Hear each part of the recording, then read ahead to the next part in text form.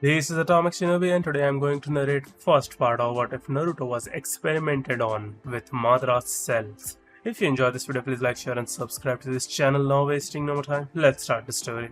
6 years ago, a broad smile gleamed uncannily against the glossy glass of the incubator, and a pale hand leaned against it.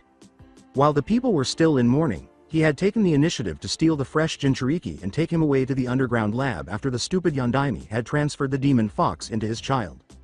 He had slipped into the infirmary without anyone noticing, not even his former instructor. He threw all his hopes for the future onto the baby, watching it with longing while laughing uncontrollably. His new body would be unstoppable with Madara's cells. This child would have all of Madara's skills and more if the gene experiment was successful, but getting the blood had cost money. He had failed in every other subject, but since this man's child was involved. He scowled as he glanced at an empty vial. The last of the blood was that. Now, this child carried all of his hopes. It would take a little longer for the foreign blood sample to mix with the child's DNA. The baby's ultimate host would be born if he lived to that point. Just a bit. Orochimaru. A familiar voice called his name, and the man turned.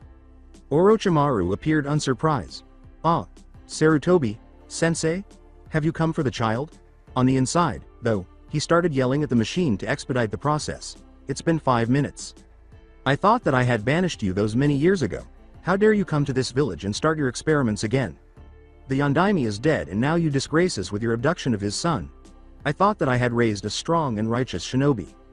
Shinobi are never righteous, sensei. We do things for the sake of power. Such is the fate of all weapons. The snake Sanin narrowed his eyes dangerously as his gaze pierced the elderly man. 4 minutes. Orochimaru. I will stop you here now.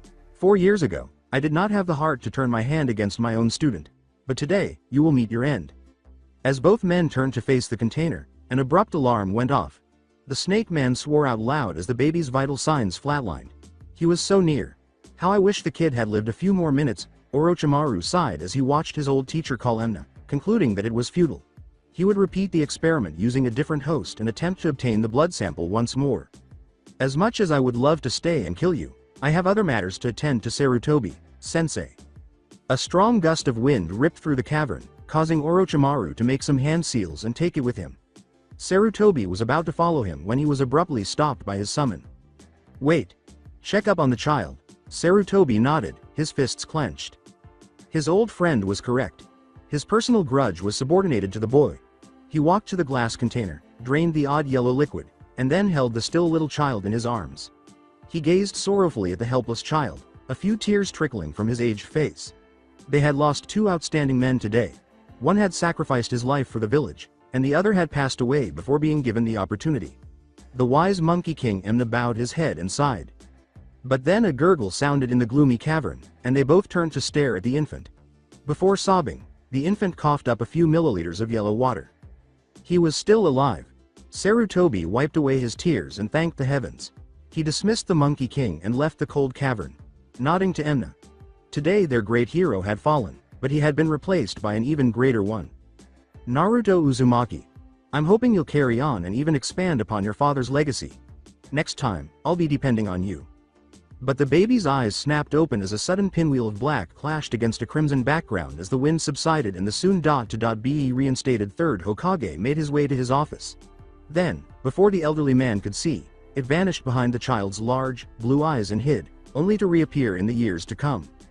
The clouds appeared to be upset with the world, and the molded flowers were on the verge of disintegrating under the severe winds. Uzumaki Naruto, who was 5 years old, felt water splash against his irises as he gazed up at the sky.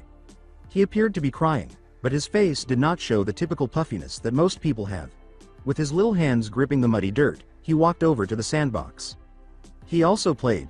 He could play in peace here, under the cover of rain and darkness. With no one else nearby, he could hide here from the piercing stares of those frightful people. This is where he felt human. He had been expelled from the orphanage precisely 890 days prior. He was aware because he kept track of how many times the sun rose from the Konoha forest's foliage and passed over him. He stayed in his one-bedroom apartment and avoided the sun most of the time.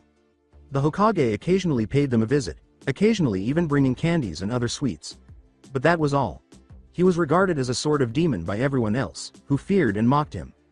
Despite being so young, Uzumaki Naruto was not a fool. He was aware of the Kyuubi's hosting of the Great Demon. Kyuubi's defeat was celebrated on his birthday. He had been commended by the Hokage for his high level of intelligence. Putting two and two together wasn't difficult. Long before he sensed his tenant's presence, he finally learned the reason behind the looks. However, October 10th, it would arrive shortly. He would have to wait while the celebration took place, making his yearly pilgrimage to the forest. That day, angry drunks threw rocks through his window, making his house a particularly popular sight. They were typically taken care of by the Anbu, but each year they came back to toss more rocks. He did not, however, despise them in spite of the treatment. No, there was no grudge against him. He had learned the hard lesson of self-pity early in life and had long since given it up. But even as he told himself that everything was fine and that he was as content as he could be, the muddy castles he had constructed with his rough hands crumbled under the dampness of the rain and his silent tears. He grinned as he felt the mud crumble. I guess sandcastles don't work well with water. He coughed instead of laughing, despite his best efforts. However, he persisted in pushing together towers and mounds despite the crumbling sand, hoping to recreate the thrilling experience he had witnessed those kids have only 6 hours before. However, as he kept working, he failed to notice the menacing figure that stalked in his direction. "What are you doing here?" Naruto's face went white, and he turned around instantly. Mud was all over his hands. He hastily attempted to wipe them on his shirt as though they were blood from a horrifying crime scene. The man took a step forward and lowered himself. All he had to do was glance at the fallen sandcastle. He smiled and assisted the child in wiping his hands with the bottom of his shirt. Naruto's body froze, and his eyes grew wide. What was this man up to? He was assisting him, but why? After completing the act, the stranger got up and allowed the rain to wash his now unclean hands. "Well now, we can't have a child standing all alone in the rain, can we?" As the man attempted to raise his mask, Naruto glanced up at him. "I was playing." His typical act of indifference was failing miserably, whether it was due to the cold or the rain. The man ruffled the child's hair and grinned. "Well Naruto, your name is Naruto, right?" Slowly, the child with the blonde hair nodded. The man grinned and held out his hand. "My name is Uchiha Shisui." The world would witness the birth of the greatest Sharingan user in history as the wheels of time started to spin, relentlessly and endlessly, in a spiraling motion. After 3 years. "Shisui ni San, Itachi. San, I finally did it." A small child ran towards Shisui and Itachi, interrupting their conversation. As he pointed to a target, a blonde child in black clothing looked up at them with pure joy.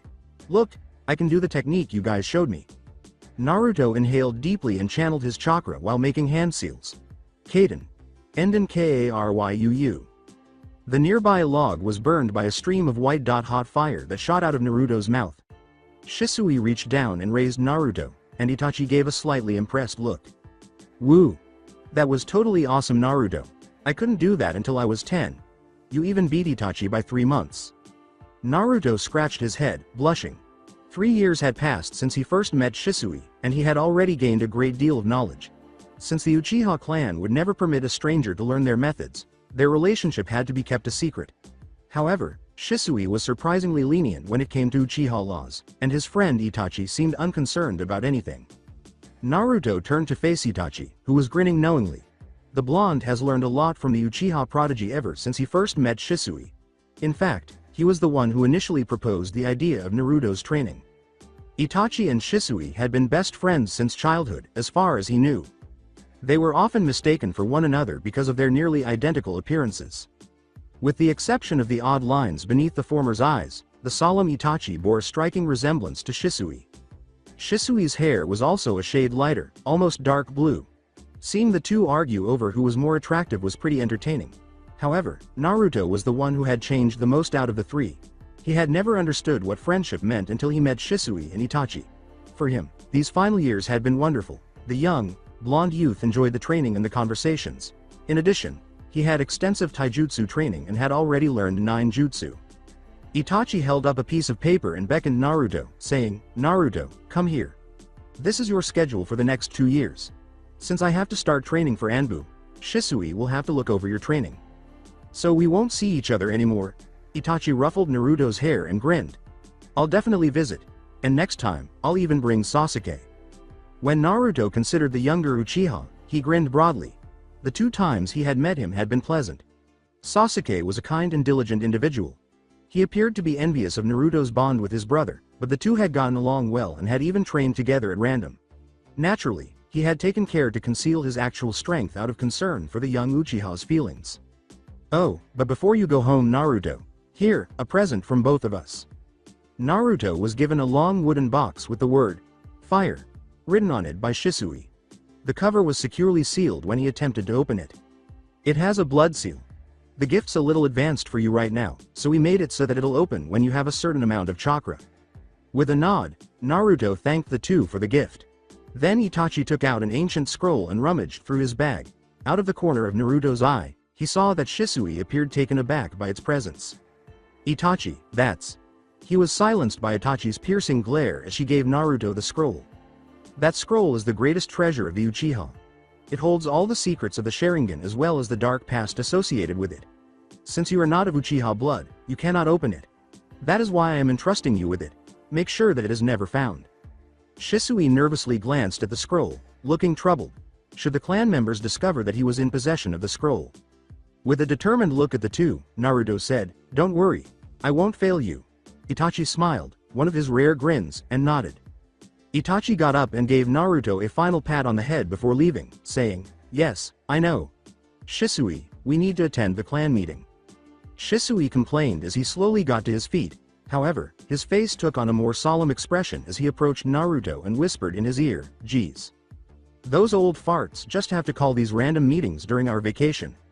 Sorry Naruto, we'll have to play later today. Why don't you go training for now? That scroll is more dangerous than it seems. I think I know why he gave it to you, but regardless of anything that might happen, know that it will bring trouble. Make sure no one knows about it, and if you have to, burn it. There are things in there that need to stay hidden. This is a big burden, but I trust you." He smiled again and ran off to catch up to Itachi. As he placed the box and scroll on Shisui's porch, Naruto gave himself a nod. He took a seat and started to meditate while Itachi's words replayed in his head. Strength and speed are not necessary for a skilled ninja. All he needs is accuracy and precision. You won't benefit from knowing thousands of techniques. You will be saved if you know 5 extremely well. Steer clear of ostentatious jutsu. They are usually overpriced and ineffective. Visualization is crucial, as is wasting as few movements as possible. You will be in charge of the outcome if you use your mind to control the battle. You can achieve this through meditation. As Naruto concentrated his chakra, his eyes stayed motionless. From the outside, it looked like the child was just sitting. However, a closer examination of the boy's chakra would reveal it dancing across his body in complex patterns and designs. Since Itachi believed that visible manifestation was a waste of energy, the chakra itself was essentially invisible. Naruto felt his chakra grow beyond his own thoughts and bridge into nothingness as he carried on with his silent meditation. Hinata was upset. No, she was enraged. Her younger sister did not have to begin training at age 4 just because she had learned Juken at age 5. If things continue this way, her father would break her younger sister before she could even learn to speak. Her father had enforced unusually rigorous training regimens since the death of her mother, insisting that the Hyuga heiress learn as much as she could about the clan's methods. It was because of this tough love that she began to radiate coldness. She had once been a shy, sensitive individual that had been altered by her father. The Ice Princess of Konoha was the monstrous title she was now known by, if she had anything to say about it. Her father was the one responsible for her icy manner. But the young Hyuga was particularly irate on this lovely morning. She was furious that she had strayed from the Hyuga grounds and gone farther than she had ever gone. She eventually got lost and ended up searching for any streets that she knew. However, she saw him because of her situation. In the middle of the forest, he was sitting on the porch of a little shack. His hair was a strong blonde, and his face was very pale. He was reminded of the sworn enemy of all Hyugas, the Uchiha, by his attire. But she had good reason to think he was likely from another clan, given the color of his hair. The 3 whisker-like lines that ran across his cheeks were the most peculiar aspect of his features. She attempted to examine them more closely before being distracted by something even more intriguing, making the hand seals essential for the Byakugan. Inside his body, the chakra was moving with amazing dexterity. Hyugas of all ages lacked that ability. His chakra appeared to twist and turn in response to his thoughts, as though he were completely conscious of every movement. She was so enthralled with his technique that she failed to notice the slight movement in his eye. "What are you doing here?" Hinata was startled and jolted out of her reverie, but as she approached him, she immediately took on her icy demeanor. "I was walking around the village and I saw you doing that with your chakra. What's your name, boy?" After opening his eyes gradually, Naruto turned to face the girl. Her complexion was even paler than his, and she was small. Her dark blue hair complemented her pearl-white eyes, and based on her attire, it appeared that she came from a wealthy family. But it didn't matter to him. "My name is Uzumaki Naruto. So what's your name, girl?" Hinata clenched her fists and narrowed her eyes dangerously. He calls her a girl. How dare he? Was he unaware of her identity? She was only 8, of course, but still, adults and seniors 10 times her age respected her in her home. And yet this boy has the audacity to speak to her like that. "My name is Hyuga Hinata, but you must call me Hyuga Sama." As he stretched his legs, Naruto yawned. That's not really cool for me. Why should I address you as Sama? You're probably the same age as me." Hinata clenched the sides of her white kimono and bit her lip. If her father was successful in instilling in her one belief, it was that one who worked hard was better than others. She approached the boy and gazed up into his eyes, forgetting how effortlessly he had previously managed his chakra. "You will address me as Hyuga Sama because I am your superior. In a fight I would defeat you in less than a minute." Naruto got down from the porch, picked up the wooden box and the scroll, and began to leave. This was not what he needed now. He had training to do, after all. Hinata gazed bewilderedly at his retrenchment. Initially, he treated her with disdain and failed to refer to her by her correct title.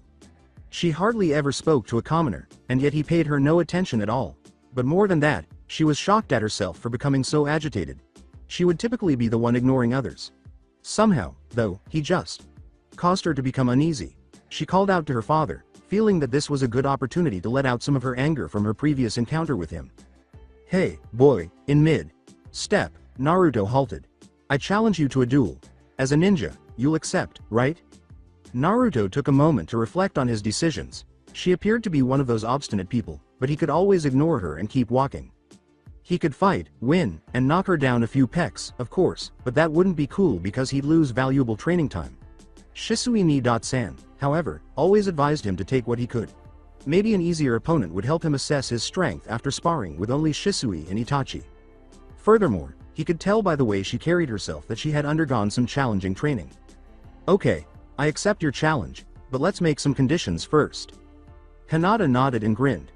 For some reason, she felt a little uneasy about the last sentence. "If I win, you must address me by my proper title and be my servant for the rest of your life."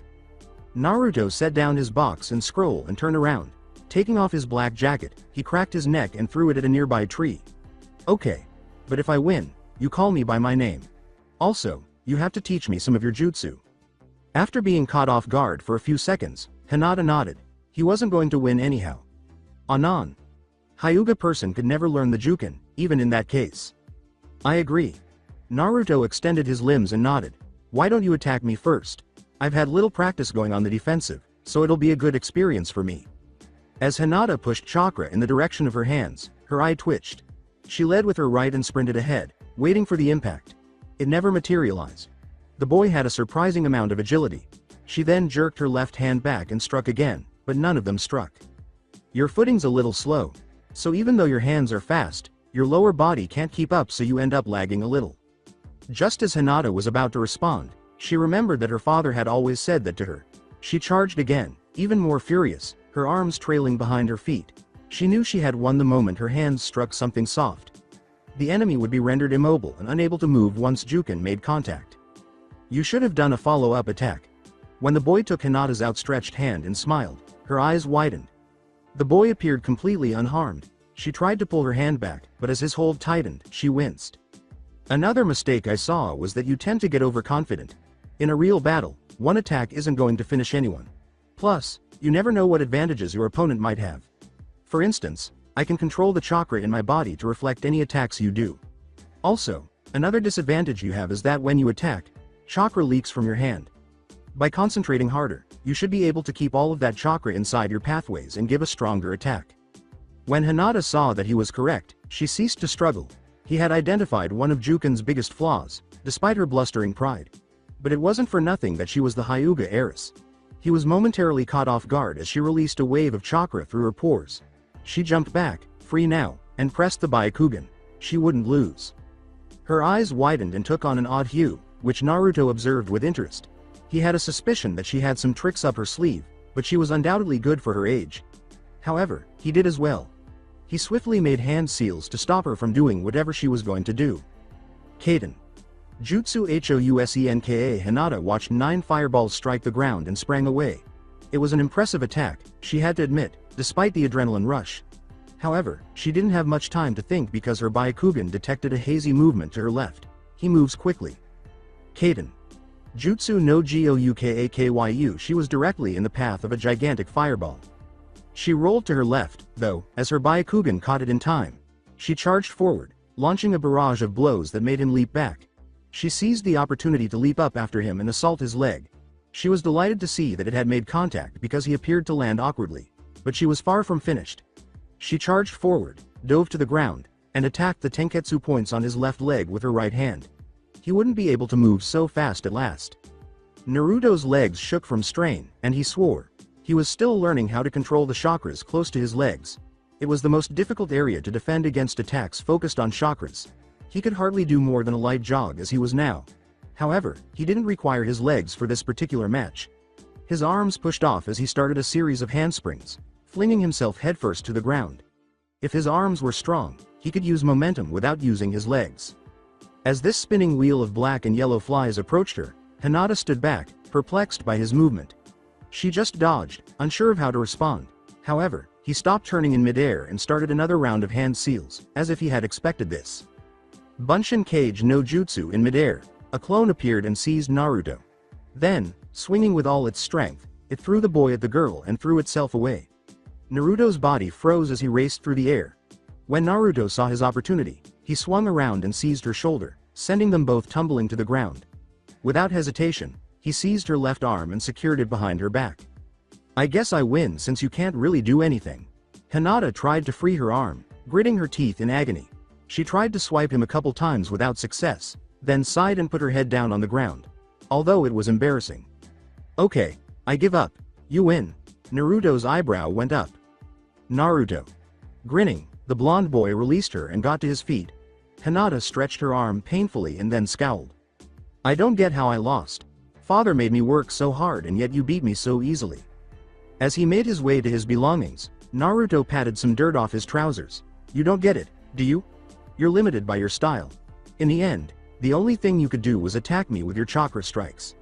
They're amazing techniques, but if your opponent is faster than you, you have no chance. A sour feeling rose in Hinata's stomach, and she nodded. She would never be able to defend her sister if she remained so frail. Of course, you have amazing chakra control and you're able to think fast. Also, your Juken technique really is amazing. My legs are still stiff from your attacks. So don't be discouraged. You should just try to work on your speed.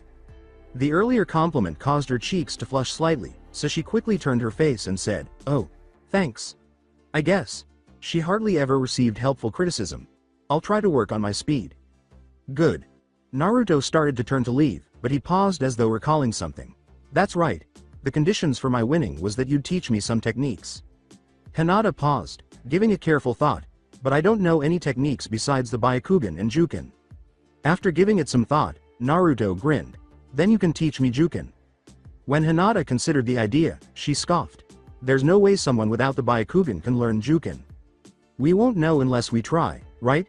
How about meeting here next Friday? Hinata considered her training and hesitated. I guess I could spare one day. Great, I guess I'll see you next week, by then. Hinata waved, slowly raising her hand.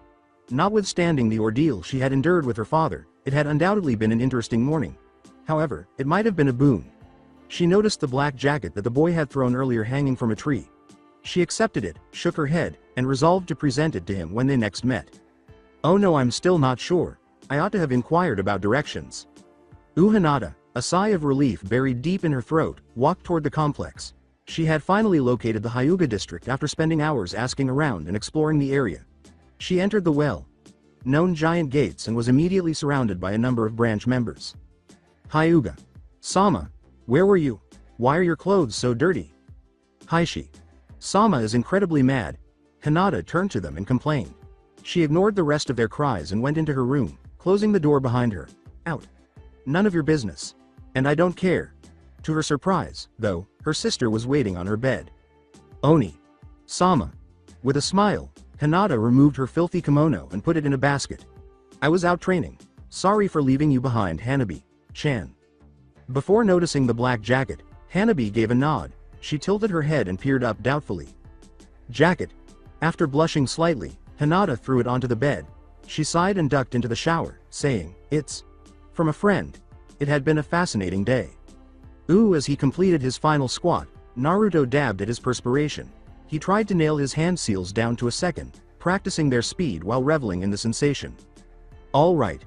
I currently possess 4 Kaiden Jutsu, 1 Doden Jutsu, Kage Bunshin no Jutsu, Henge, Kawamiri, and Bunshin no Jutsu.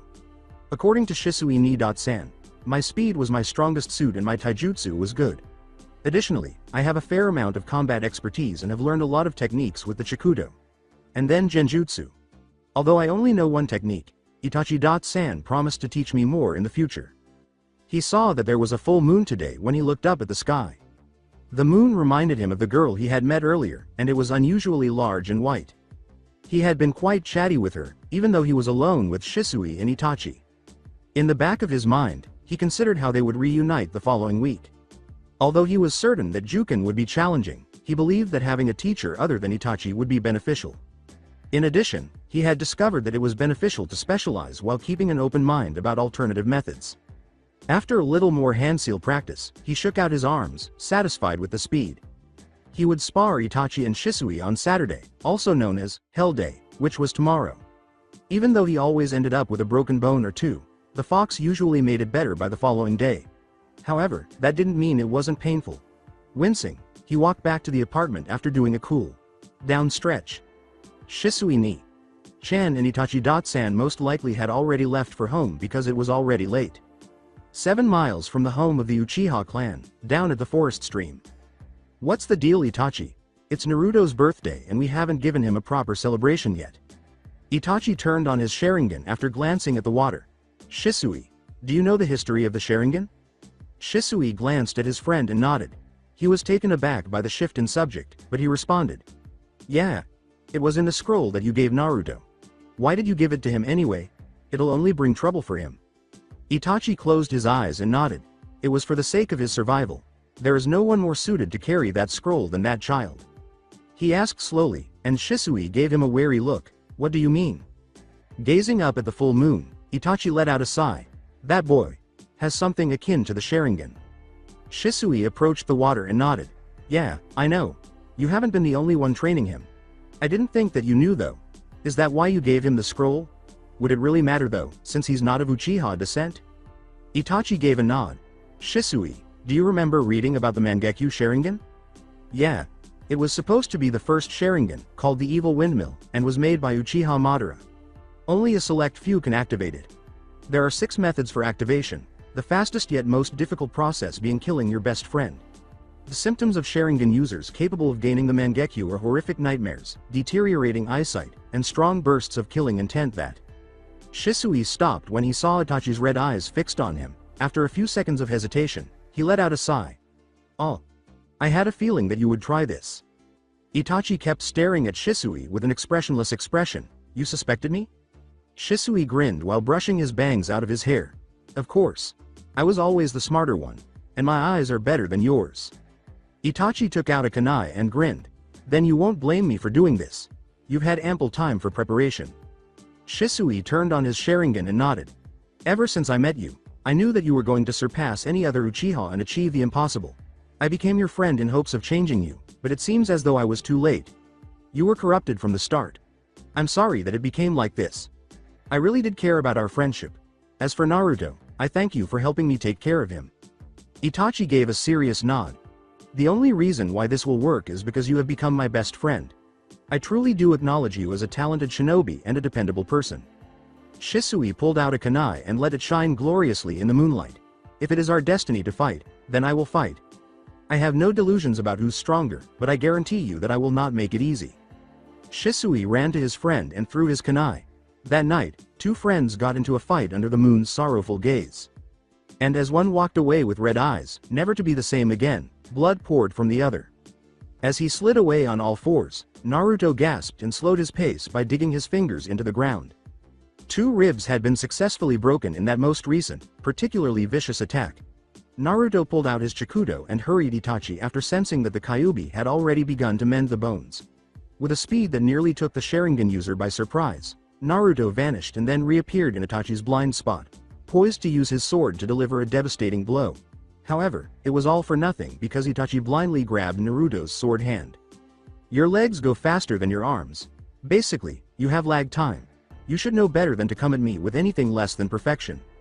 As Naruto attempted to flee, a faint wave of nostalgia struck him. However, Itachi threw him up into the air, so it was too late. The Uchiha put his fingers to his mouth and started to handseal. Gukakyu no Jutsu, Kaden within 30 feet of the airborne boy. A fireball the size of a small arena shot upward. Naruto instantly created 20 clones after flying into a set of hand seals. After that, they joined arms and threw the real Naruto out of the line of fire. He landed on a branch, drove his sword into the tree trunk, and then used his own hand seals to counterattack. Kaden. Jutsu no Ryuka Itachi's fireball collided with Naruto's stream of fire, which swept down his own clones. As a result, the Uchiha were surrounded by red-hot fire during a massive eclipse. Naruto leapt toward a nearby branch and conjured up 3 cage bunchins, even though he knew he would have avoided the attack. He used the only Doden Jutsu he knew, formed a perimeter, and sent out each one. Doryuheki, Doden the mud that the 4 Narutos spat out soon expanded into a confined space with walls that were 70 feet high. He had managed to trap the Uchiha prodigy using this method, but it had consumed nearly all of his chakra. He called forth another clone and forced it to launch him as high as it could.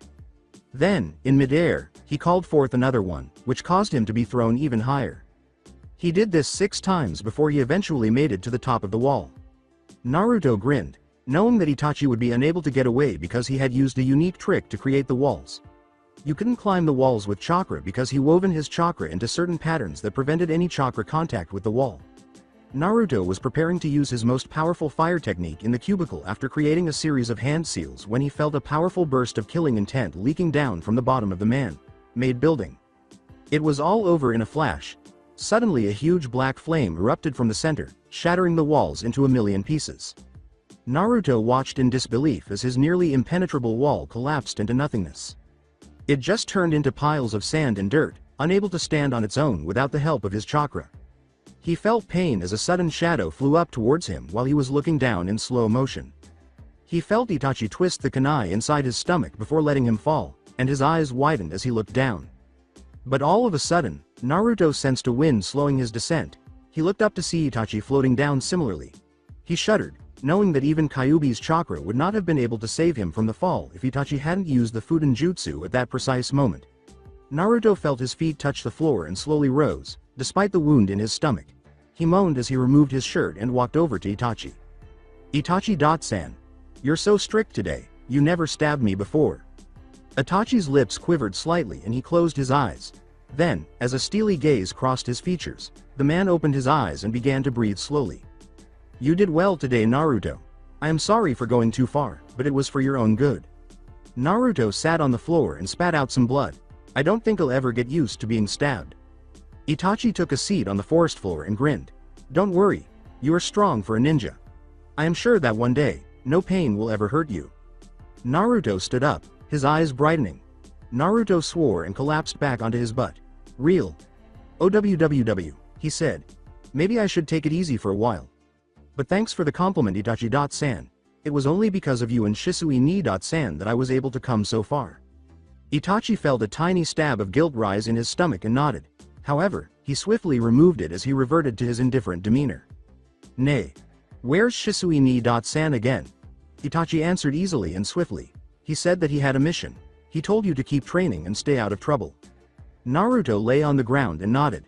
When Itachi was there, he did receive a lot of training, but Shisui's imaginative games always made the process enjoyable.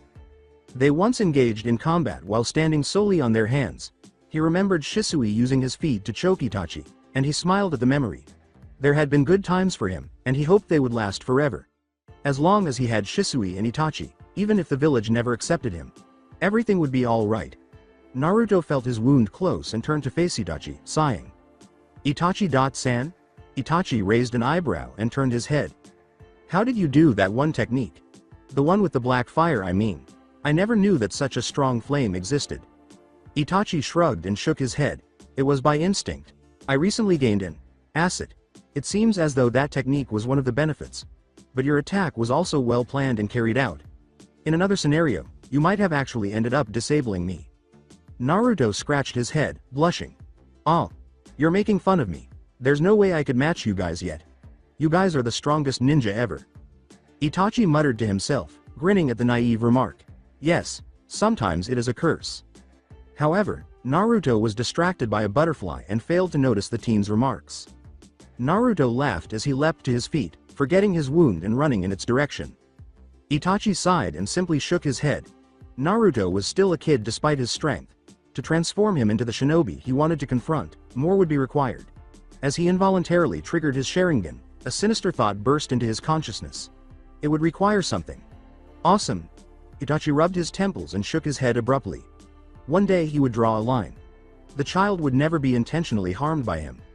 You did, however, already. Before, you stabbed him without hesitation. The Kyuubi is in his possession, Itachi reasoned. Only because it wouldn't hurt him did I do it. His mind's evil voice responded with a laugh. At the time, did you really believe that? You wanted blood, I know that. Your mind was hankering after it. You desired to murder him. No, your best friend was already killed by you. What makes this boy unique? Itachi's head began to spin in circles, and he blinked. What was going on with him? Itachi got up and called Naruto, concluding that he was most likely hallucinating because he was tired. Naruto, come here. As he ran in Itachi's direction, the blonde leapt to his feet. It seems that the day's activity has proved stressful for me. I will go home and rest now. I want you to continue training until sunset. After pulling his sword from the tree and strapping on some weights, Naruto nodded. Sure, I was planning to train with my sword some more. I want to be faster than Shisui ni-san. Itachi turned to leave and nodded. He was slightly startled to recall that his younger brother had attended today's academy orientation. In about a week, he would begin school. The night is tonight. You had to execute the plans tonight, he said. You will complete me with this, and together we will become the greatest Uchiha. As he made his way to his house, Itachi felt his head split. Naruto swiftly sheathed the sword and sliced through the final leaf. He jumped back, marveled at his creation, and then fell to the ground, exhausted. At one point, Shisui claimed to have chopped 200 leaves as they were still falling from the trees. The two halves of each slice had to be precisely symmetrical and in the center. With a frown, Naruto observed that on his best days, he could only manage 60, if not 80. Extreme speed and sword control were necessary for the exercise. Additionally, it trained your eyes to detect every tiny, arbitrary movement of the leaves. In that regard, his brother was a genius. Shisui stuck to the fundamentals and concentrated on developing his greatest strength, speed, while Itachi had an amazing ability to learn jutsu and perfect his technique. Shisui was said to be even quicker than Konoha's mysterious green beast. Naruto was unable to meet the so-called beast, because Shisui and Itachi had both denied him access. And the sky grew ominously dark, and rain started to fall. It had been a long time coming, a storm. Naruto sighed as he looked back at the fallen leaves and then got up. The time had come to return home. Hinata rubbed her aching arms and sat up from her bed. She had received harsh punishment from her father yesterday for leaving the complex. The fact that Hanabi also had to witness it was worse. When her father started hitting her with the bakuto, the little girl started crying right away. She rolled over and stretched her arms, clenching her fists. As she shifted her chakra throughout her body, the pain eventually decreased. Her thoughts shifted to other topics as she experienced a wave of refreshment. She was actually quite happy to see the boy. What's his name? Naruto again. Despite her previous encounter, he had proven to have outstanding analytical skills and had aided her in making rapid progress. Their most recent training session had taken her father by surprise. Other than that, he had been rather adorable. Knock knock. Hearing her door open, Hinata snapped out of her reverie. Hanabi entered the room wearing her pajamas and turned to face Hinata. The Hyuga heiress raised her blanket with a sigh. You can sleep with me tonight if you're scared of the storm. As she jumped into her sister's bed and cuddled up to her, Hanabi grinned. When Hinata recalled how her mother used to do this with her, she couldn't help but smile. Hinata looked down and saw that the young Hyuga was already asleep. As her thoughts of the blonde faded from her mind and she fell asleep, she also shook her head and rested it. As his Mangekyo Sharingan started spinning at a terrifying speed, Itachi grinned. Was it already time? Was it now that he was calling him to do it? Itachi closed his eyes, let go of the Sharingan's last stage, and put on his Anbu attire. He had been instructed to look after his parents and all the civilians. In addition, he had to plant his seed. However, did he have the strength to deal with the entire police force in a few hours? Itachi felt the chakra seeping into his brain and shook his head. He is all powerful and immortal. If you want power, you have to obey him. Itachi clenched his fists and closed his eyes. Yes, exactly. I must have faith in him. I am who I am because of him. He was the one who revealed my fate to me. I'll carry out the action. Madara. Sensei. Naruto put his hands on his head and strolled through the village. He scowled as he pulled down a few hairs and gazed at the blonde hue. Since his bright hair would draw too much attention on the field, he had always wished for dark hair like the Uchihas. Naruto closed his hands and gazed up at the moon, grinning. His body felt warm despite the cold water, and raindrops sprinkled into his eyes. He inherited this power from his two reliable friends. He would defend them with it. Naruto decided to run quickly in the direction of the Uchiha district to check if Shisui had arrived yet. Mid-sprint, he changed into Sasuke using the henge technique. The boy had stated that if he wanted to come play, it would be acceptable to occasionally impersonate him. Naruto smiled and used Shunshin, pumping some chakra into his legs as he swiftly vanished from view. Sasuke threw his shuriken at the target while panting heavily. 2 hours ago, he was meant to have left for home, but for some reason, he felt compelled to learn the shuriken technique that his brother had demonstrated. He threw another set of shuriken, suppressing the childish desire to return home to his mother. He would demonstrate to his brother that he was capable of becoming Uchiha and honoring their father. As 6 of them struck their target, he leapt and released the kunai. But he cursed and ran after the other 2 as they flew off into the distance. Hold on, Itachi ni-san. I'll demonstrate what I worked on today. Wait. Please. Stop. Itachi felt uneasy when he saw his aunt's neck being sliced by a sword. He looked down and saw it was his arm. He split their spine neatly in 2 and jumped to the next person, biting his lips. As he looked around, blood poured over his body. He had eliminated almost all of the civilians in 2 hours. For a ninja like him, it was obviously no great accomplishment, but he felt his arm growing heavier with each blow. Did it involve guilt? He was prodded onward by a laughing voice in the back of his mind. He had to do this in order to eradicate the illness. Exactly as his sensei stated. He wouldn't acquire the ultimate power until then. He arched an eyebrow as another scream swept through the room. Was there anyone left? As he entered the living room of the neighboring house, he noticed a small girl shaking her mother's body. Ka-san. Ka-san. Why aren't you moving? Why don't your eyes open? Ka-san.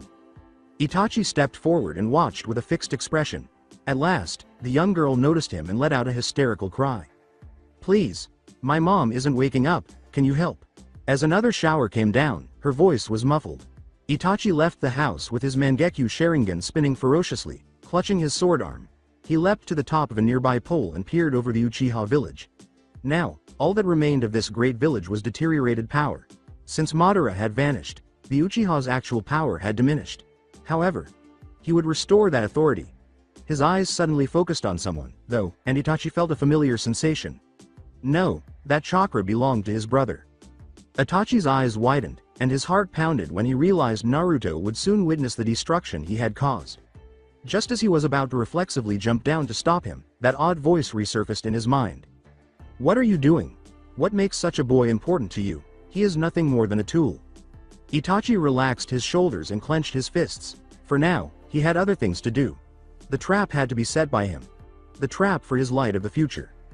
Naruto felt a shadow move across him and turned to face the moon. The whole town was so quiet that it didn't make sense.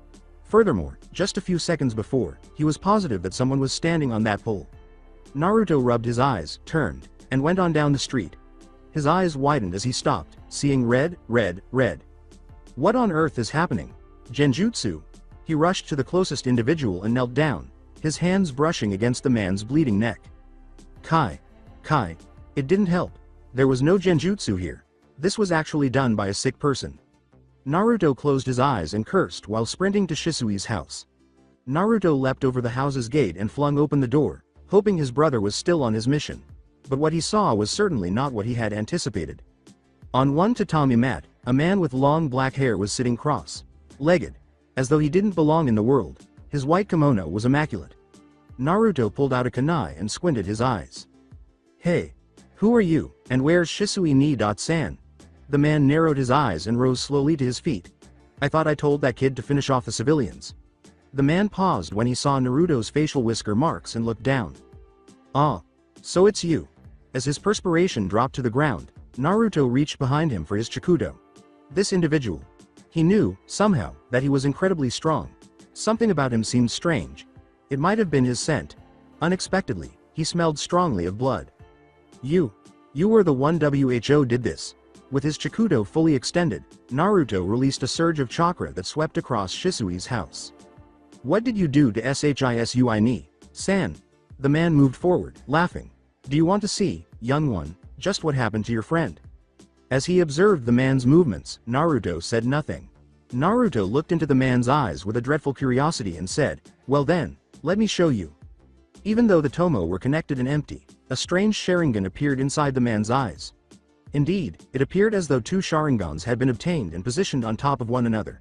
Naruto's own blue eyes were suddenly engulfed in the strange circles as they spun at a terrifying speed. Then he found himself in the woods.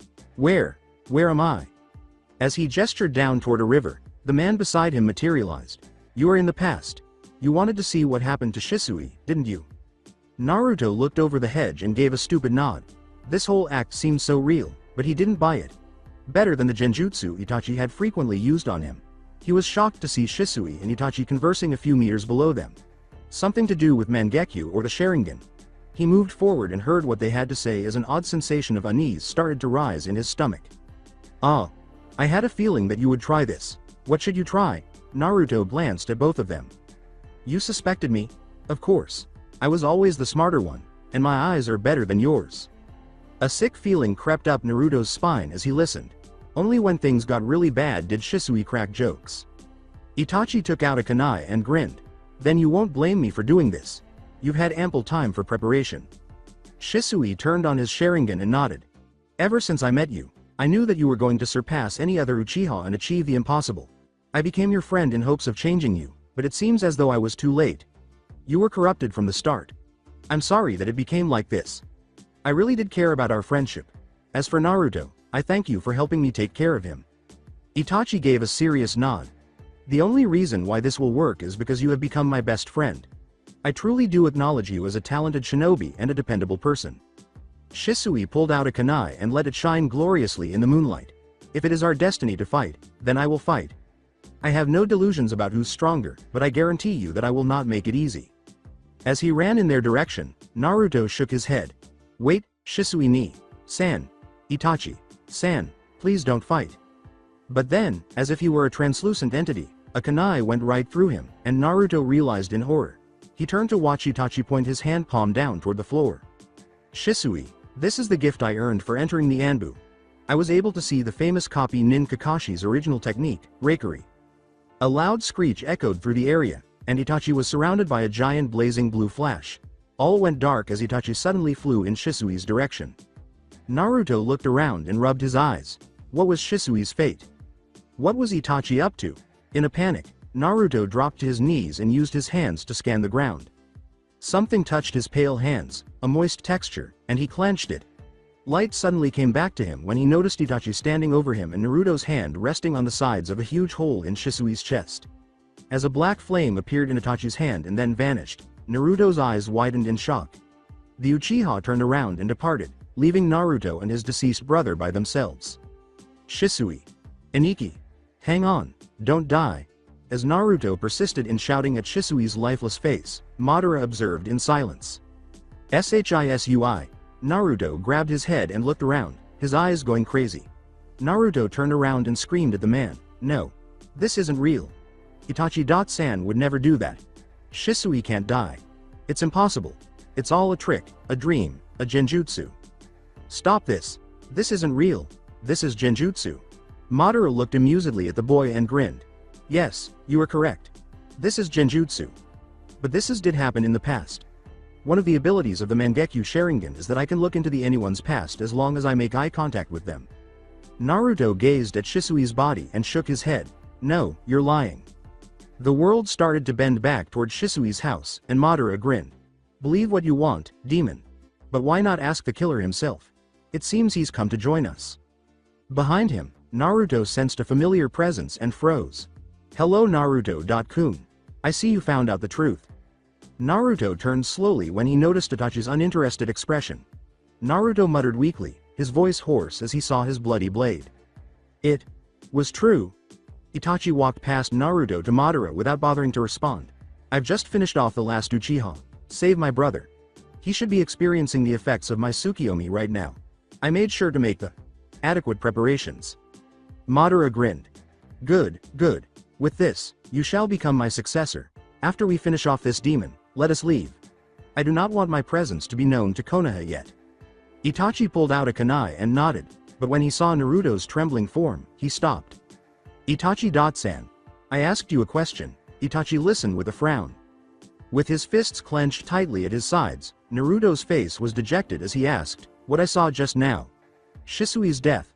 Was it all true? Did you really murder your best friend? Yes. Everything you saw happened. I killed my best friend and obtained the final level of the Sharingan, the Mangekyo Sharingan. You saw my power early. The walls started to crack and a burst of red chakra flew through the house. Shut up, I'll kill you both. Itachi felt his body deteriorate under the strain, and beads of sweat started to form on his head. Amaterasu and Tsukiyomi had already been used by him today. Naruto wouldn't have a chance if he fought. However, Madara started laughing, interrupting them both. You're interesting boy. Even though you suffered from the effects of my Sharingan, you still have energy to fight. That rage will help you grow even stronger. Join us and become even more powerful, Jinchuriki Naruto. With another outburst of energy, Naruto exclaimed, I said shut up, and vanished in an instant. Naruto appeared out of nowhere and slashed at Itachi's arm, leaving a huge gash. Like mark in its wake. He vanished once more, then resurfaced in front of him, making a horizontal cut that came dangerously close to severing the man's jugular. Itachi looked at the boy with a hint of fear and gasped. He moved with amazing speed. He had also used his fist to attack 7 times in that single swipe. If he continued the fight, it would be risky. Itachi summoned the Mangekyo once more, holding his breath as he felt his last reserves disappear. He shouted, staring into Naruto's eyes. Tsukiyomi. Suddenly, Naruto found himself in a huge world with distorted lights, and he looked around. Genjutsu? He struggled and became aware that he was bound to a cross. Abruptly, Itachi's figure appeared before him.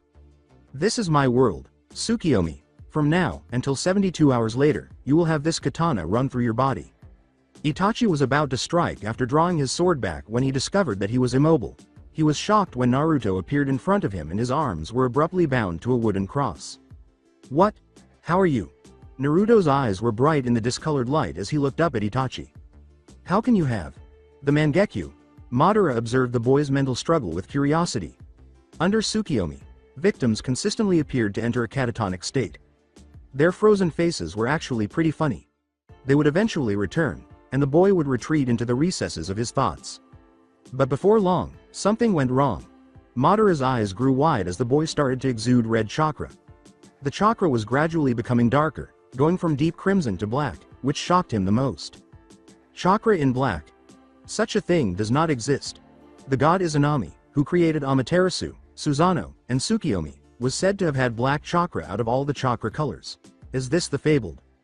Once again, the elder Uchiha's thoughts were disrupted by the reversal of circumstances. As the boy relaxed, a troubled expression appeared on Itachi's face. When Naruto opened his eyes, he saw a red-hued black cross encircled by several kanji. Mangekyo. Madara's brain searched for a reason, but he froze. The boy was not only not Uchiha, but he had also acquired the fabled Mikai's Mangekyo Sharingan. As Itachi hit the ground and Naruto fixed his gaze on Madara, the genjutsu came to an end. However, the boy appeared to be losing all of his power as all of the black chakra seemed to wane and return to him. With only one tomo in each eye, the Mangekyo had also switched back to the traditional Sharingan. He turned my genjutsu against me, forgive me. Madara approached Naruto and gave him a cool nod, but the boy's death was wailing in the back of his mind. It seems that it was a mistake to make the Kyuubi attack Konoha. To think that such a powerful being other than myself would be born. I will rectify that mistake now with this day. Madara withdrew his hand and prepared to pierce Naruto's heart when several chakra signals surrounded them.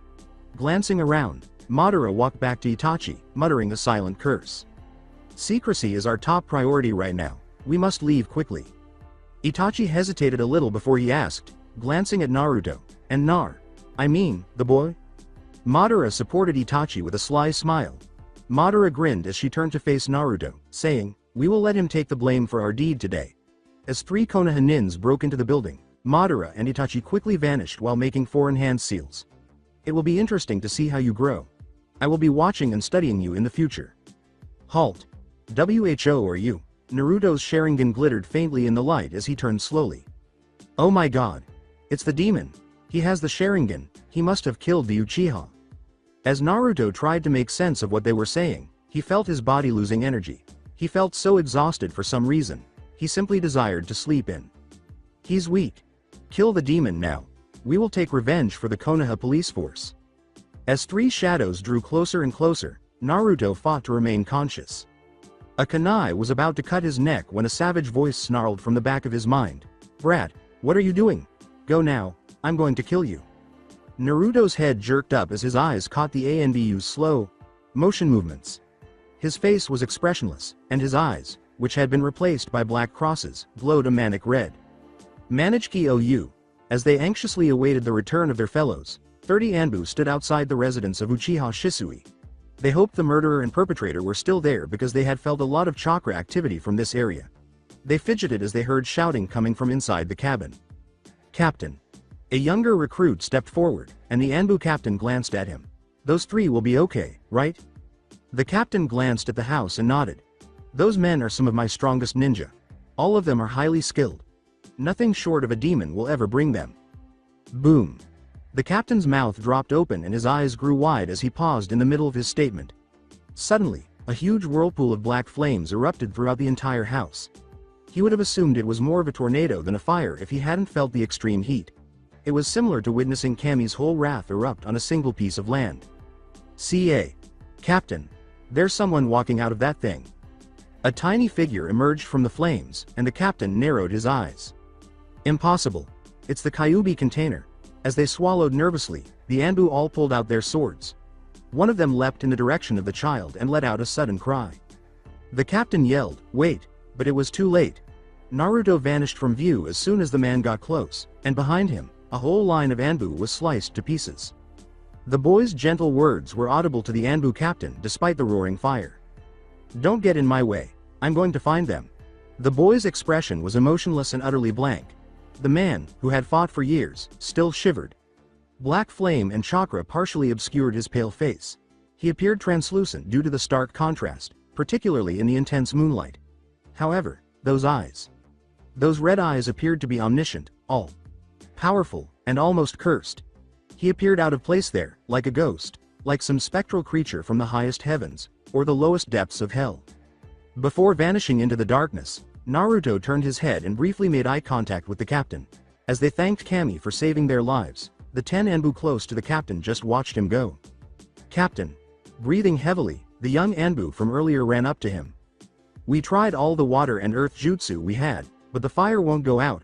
Thankfully though, it seems to be contained in that small area and isn't spreading." The captain glanced at the teenager and nodded. As he vanished in the direction of the tower, the Anbu saluted him and said, "I see. I will report this to the Hokage." The enduring black flames of hatred appeared to favor the darkness, and the Anbu watched in terror. This wall of fire seemed tainted, as though it were the very substance of evil itself, as though it were reaching for the heavens. As their own hearts trembled in the shadow of its sable figure, the Anbu, despite being all experienced fighters, could not help but be afraid of this intimidating flame. "What? Uzumaki Naruto?" The Hokage rose, and the Anbu captain flinched. It was the most distraught Sandaime he had ever seen. It didn't seem to calm him down, on the contrary, it made him feel even more afraid, if this was the Hokage's concern. "This is truly a horrible event. Where is young Sasuke?" "He is resting in the Konoha General Hospital under intense medical treatment. He was hurt. Not physically, but he showed signs of extreme mental distress." The Hokage nodded solemnly. "And you're sure that no one else was there?" After a moment of hesitation, the captain shook his head. "When we found Uchiha Sasuke in his home, he was laying on the ground while muttering his brother's name over and over again." "Itachi-kun was murdered also?" "No, I do not think so. We did not find his body. But more than that, Sasuke seemed to repeating his brother's name with fear and..." As he waited for the captain to complete his statement, the Hokage arched an eyebrow. "And hate, sir. I have reason to believe that Uchiha Itachi was the mastermind this evening." As he turned to face the captain, the Hokage felt a tiny flicker of hope for the young Namikaze heir. What do you mean? Naturally, this is only a theory, but upon reaching the Uchiha settlement, we detected 3 potent chakra signatures. But only the boy's remained when we got there.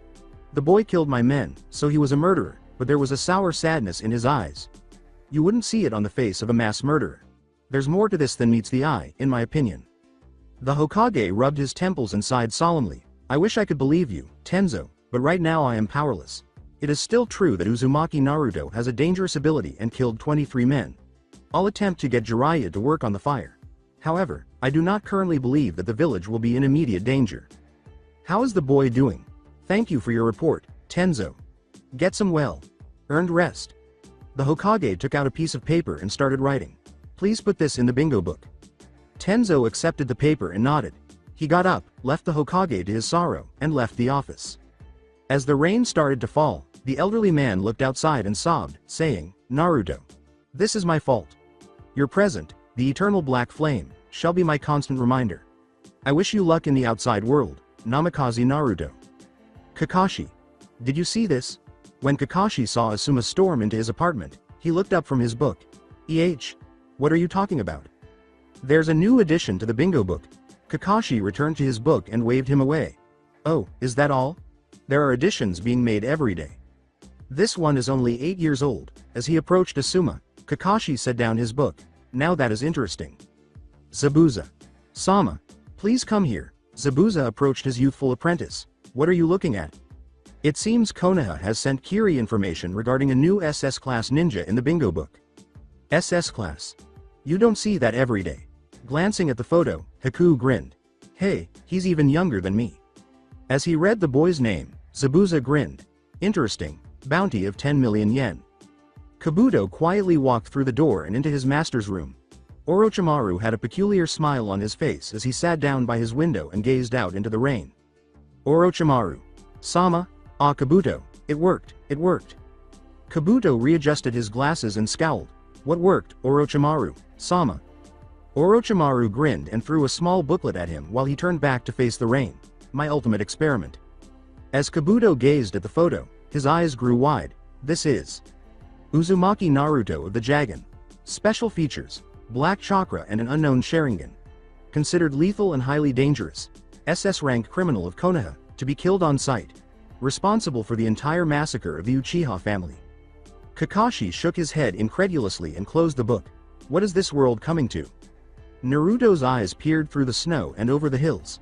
His yellow hair was just barely visible beneath the hood of the enormous black cloak he was wearing. His body grew numb, and his lifeless blue eyes looked for light. Now he was by himself. No. He was alone all his life. He saw the cruelty of his gift through an illusion that these despised eyes have now destroyed. This curse.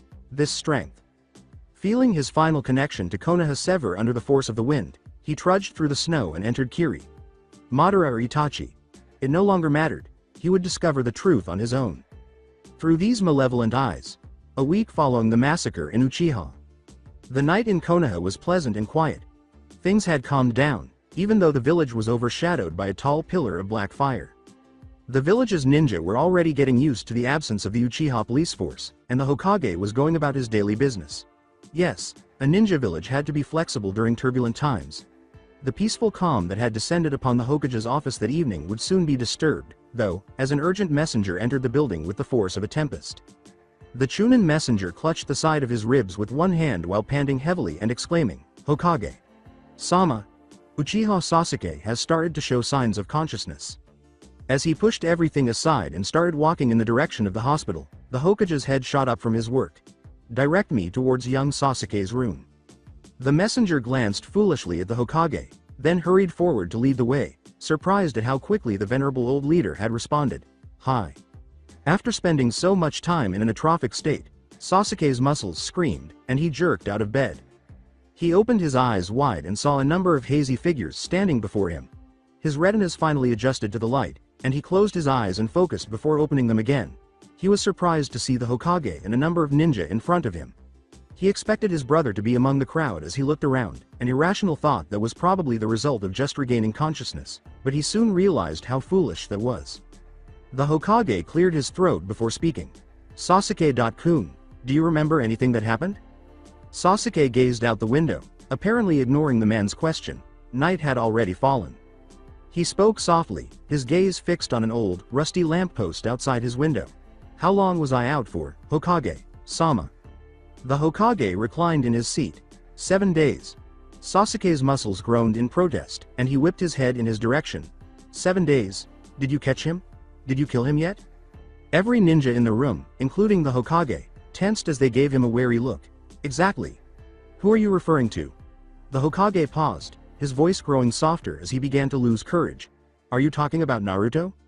Sasuke paused, staring at the Hokage in perplexity. Naruto. I meant my brother, or rather, the man who was my brother. That bastard, Itachi. The Hokage felt his heart flutter with fleeting hope, and the ninja froze. But as his position as the village leader took precedence over him, his happiness was appeased. Itachi? Are you saying that Itachi was the one responsible for the Uchiha massacre?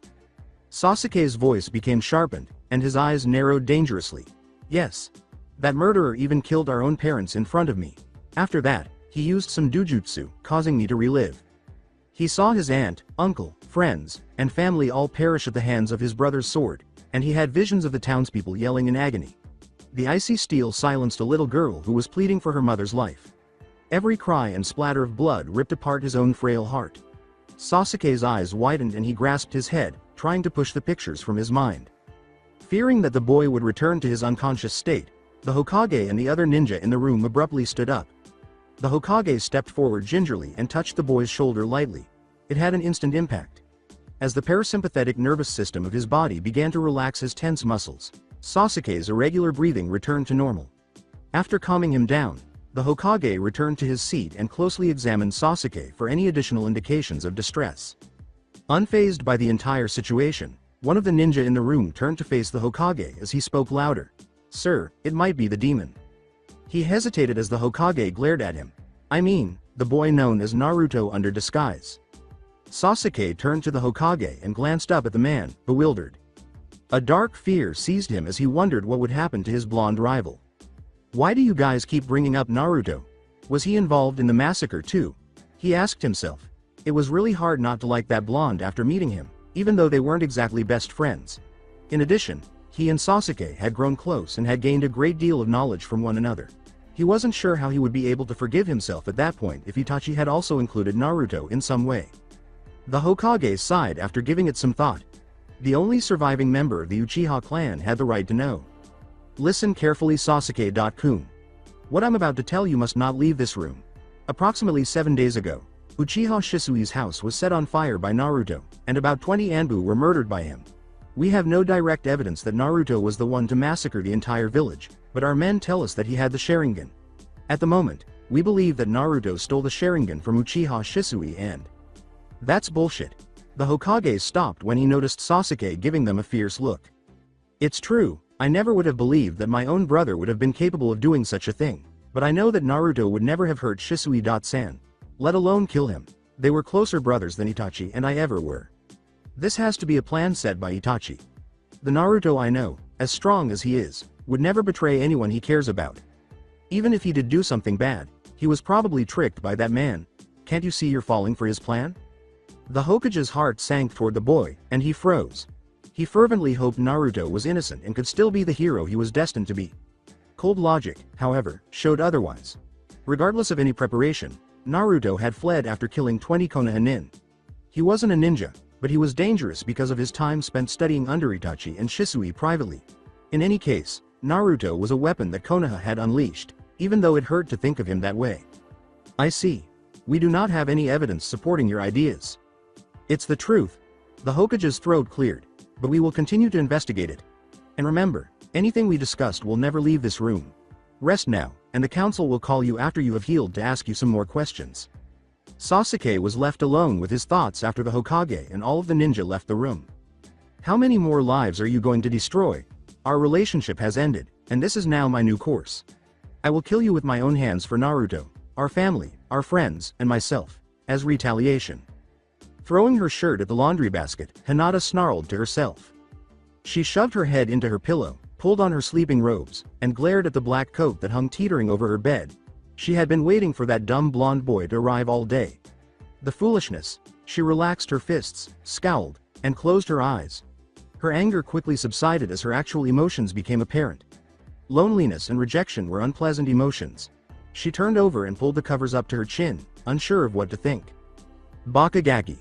Impetuous little lamb. With a look of mild awe in his eyes, Naruto strolled around the town. In other words, the people here were very different from those in Konoha. The air felt cold, and everyone appeared intent on their own work. The fishermen's muscular arms were evidence of their hard work, and their faces were all rough and scarred. The kids were hurling kunai at the pig carcass rather than playing together.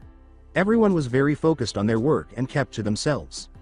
His body shivered from the new sensation, and he closed his eyes to breathe in the salty air. The fact that no one was staring at him brought a strange kind of peace. No attention, no glares, nothing. He was merely a fleeting existence here, meaningless. But his tranquility was short. Lived because he heard some shouts from his left. With a raised eyebrow, he turned to face the chaos and triggered his Sharingan. Even though it was just level 1, it gave him a lot more clarity when he took in observations. 3 boys and a girl seemed to be present, with one of the boys hiding behind the girl. Although he hadn't spent much time with kids his age, he could sense that the argument would soon turn into a brawl. Anyway, it's none of my business, but in spite of his thoughts, his feet felt compelled to drag him in the direction of the argument. Stop it. You know the academy forbids you to pick on weaklings. Naruto grinned slightly when he overheard the boy behind the girl mutter something about his savior calling him a weakling. So you're going to defend this kid? He's the one that's at fault. He should have known that you don't get in Hira Sama's way. You said your name was Natsumi? Well, in case you didn't know, I'm the #1 ninja at the academy. Natsumi, the girl, scowled at them. Well, that's still no excuse to beat on weaklings, idiot. Then, as he took a kunai from his pocket, a third boy spoke up. He smiled at the other boy beside him and said, well, why don't we decide this now? Let's have a fight since you're more like a boy than a girl anyway. I'll take care of her, Hira. You just make sure you teach that guy a lesson after. Naruto became disinterested at this point and turned away. He would simply look for a more peaceful location elsewhere if they were going to keep making noise. He eventually located a pleasant little bench in front of a shoe store to sit on after the voices behind him were eventually muffled by the sea in the distance. His golden locks swayed as he removed his hood and let the sea breeze claim them. He closed his eyes and allowed his chakra to roam through his body, trying to process what had transpired the previous week. He had been too busy trying to survive the icy winter dunes of Kiri's borders for the past 7 days to think. Sadly, he was only wearing a black overcoat, and even his traditional shinobi attire was a little worn out. In order to maintain his body within a reasonable range, he had to expend more chakra. He put a hand over his right eye and leaned back, then let out a sigh. He realized that somehow he had acquired a peculiar Sharingan called the Mangekyu. He had wanted to question the Kyuubi about it, but as soon as they had left Konoha, the demon fox had become extremely quiet, but he was aware of their strength. He repelled the delusion Itachi had cast upon him. That black fire, too. However, these eyes appeared to be more of a curse than a blessing. He was reminded of Shisui, Itachi, and that man, Madara, each time he saw those red eyes. It brought to mind murder, happiness, and betrayal. He shook his head and made the decision to take a stroll around the village to get his mind straight.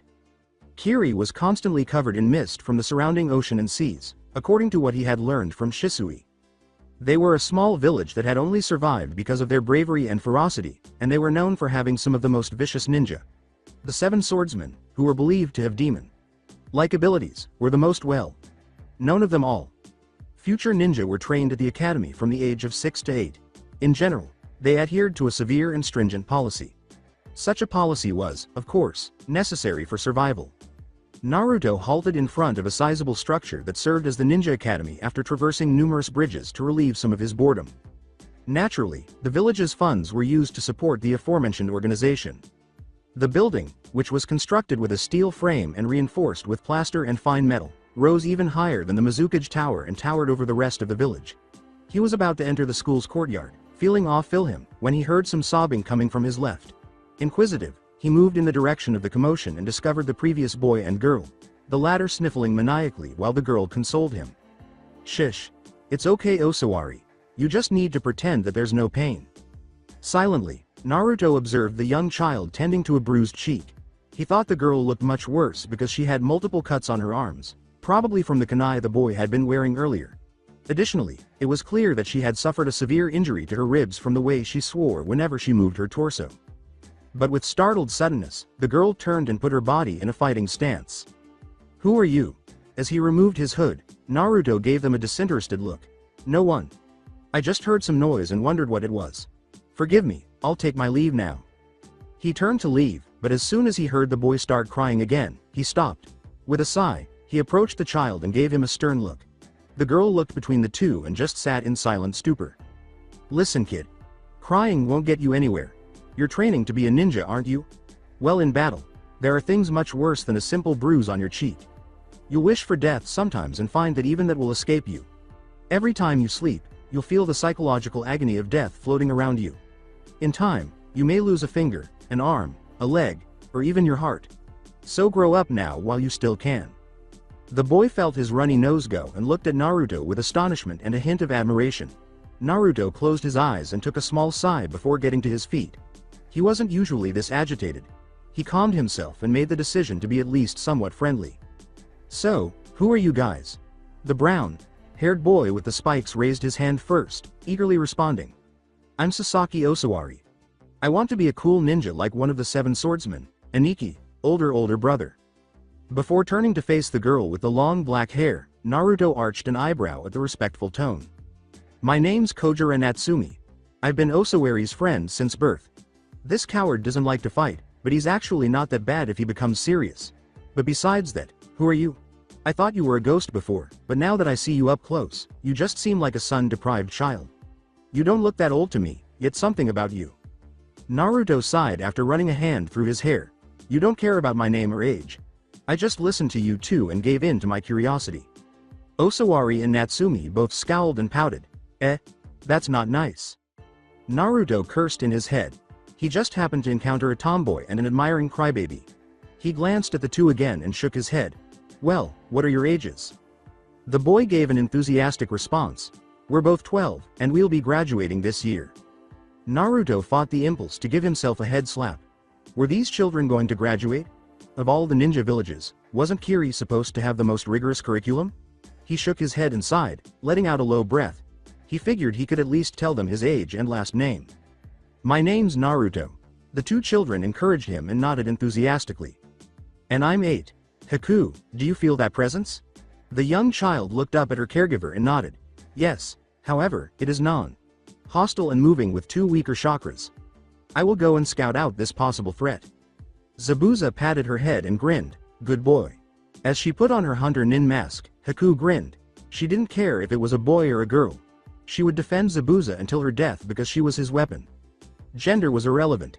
As the wind slowly whirled around her, she tied back her sash and used her left hand to make some seals.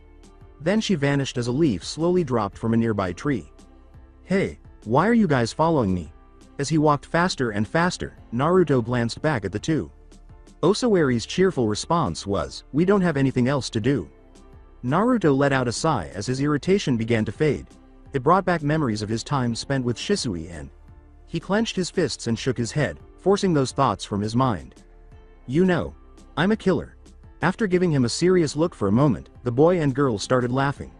A chilly wind suddenly blew from Naruto to the rest of the village, and he glared at them, saying, But you're 8. When store owners looked up at the sky for indications of snow, they suddenly shivered. Naruto's voice grew as guttural as an 8-year-old could become as he spoke harshly and sarcastically. And how is that relevant? After exchanging glances for a moment, Osawari and Natsumi burst out laughing once more. Apparently, they were unaffected by cold attitudes. "Ah, you're funny, Aniki." When Naruto repeated the name, his eyebrow arched in frustration. "Aniki." The boy put an arm around Naruto's neck and grinned. The blonde's initial reaction was to swiftly cut off said arm with his sword, but his mental control overcame this impulse. "Yeah, Aniki. Despite your age, you seem kinda smart."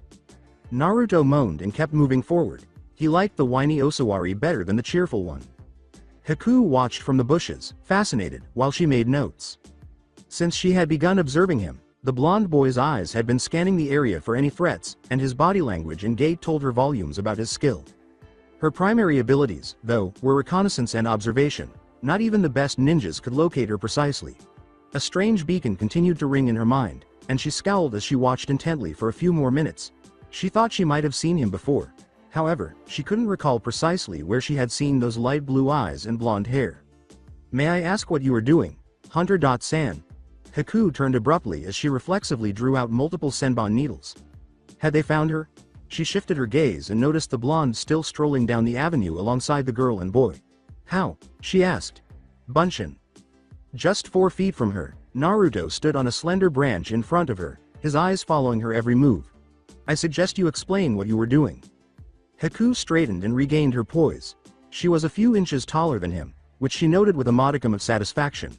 "We felt a large chakra in this area and I was sent to investigate. What is your name and business in Kiri?" In an attempt to see if she was telling the truth, Naruto scowled as he looked into her eyes. His cool response was an attempt to create an opening. "My name is of no importance. I am simply a wanderer." Haku crossed her arms and grinned at his teasing. "A wanderer at such an age? You must be at most 8 years old." In response, Naruto crossed his arms and grinned. "The same goes for you, Hunter-san. From your voice and height, I'd say you were about my age." Haku's muscles tensed as she kept trying to recall the location of that face, and those sad blue eyes and pale face.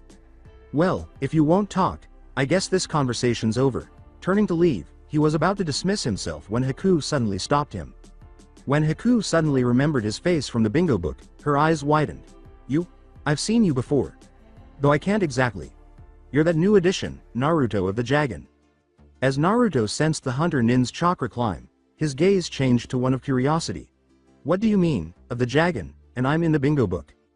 Haku swallowed as she made the tactical decision to back off. She probably couldn't handle such a threat on her own. She had to notify Zabuza-sama of this right away in order to. Mangekyu, Evil Vision, starring Fuben Mabaroshi. Haku stopped talking when she felt a part of her mind rustle, a strange sensation that confused her for a few seconds. She regained her composure and glared at him while preparing some hand seals. "What just did you do?" But as her heart started racing with fear, she bit back her next sentence. Those eyes, cold and ruthless, more like a demon's than anything else, made her pant with exhaustion.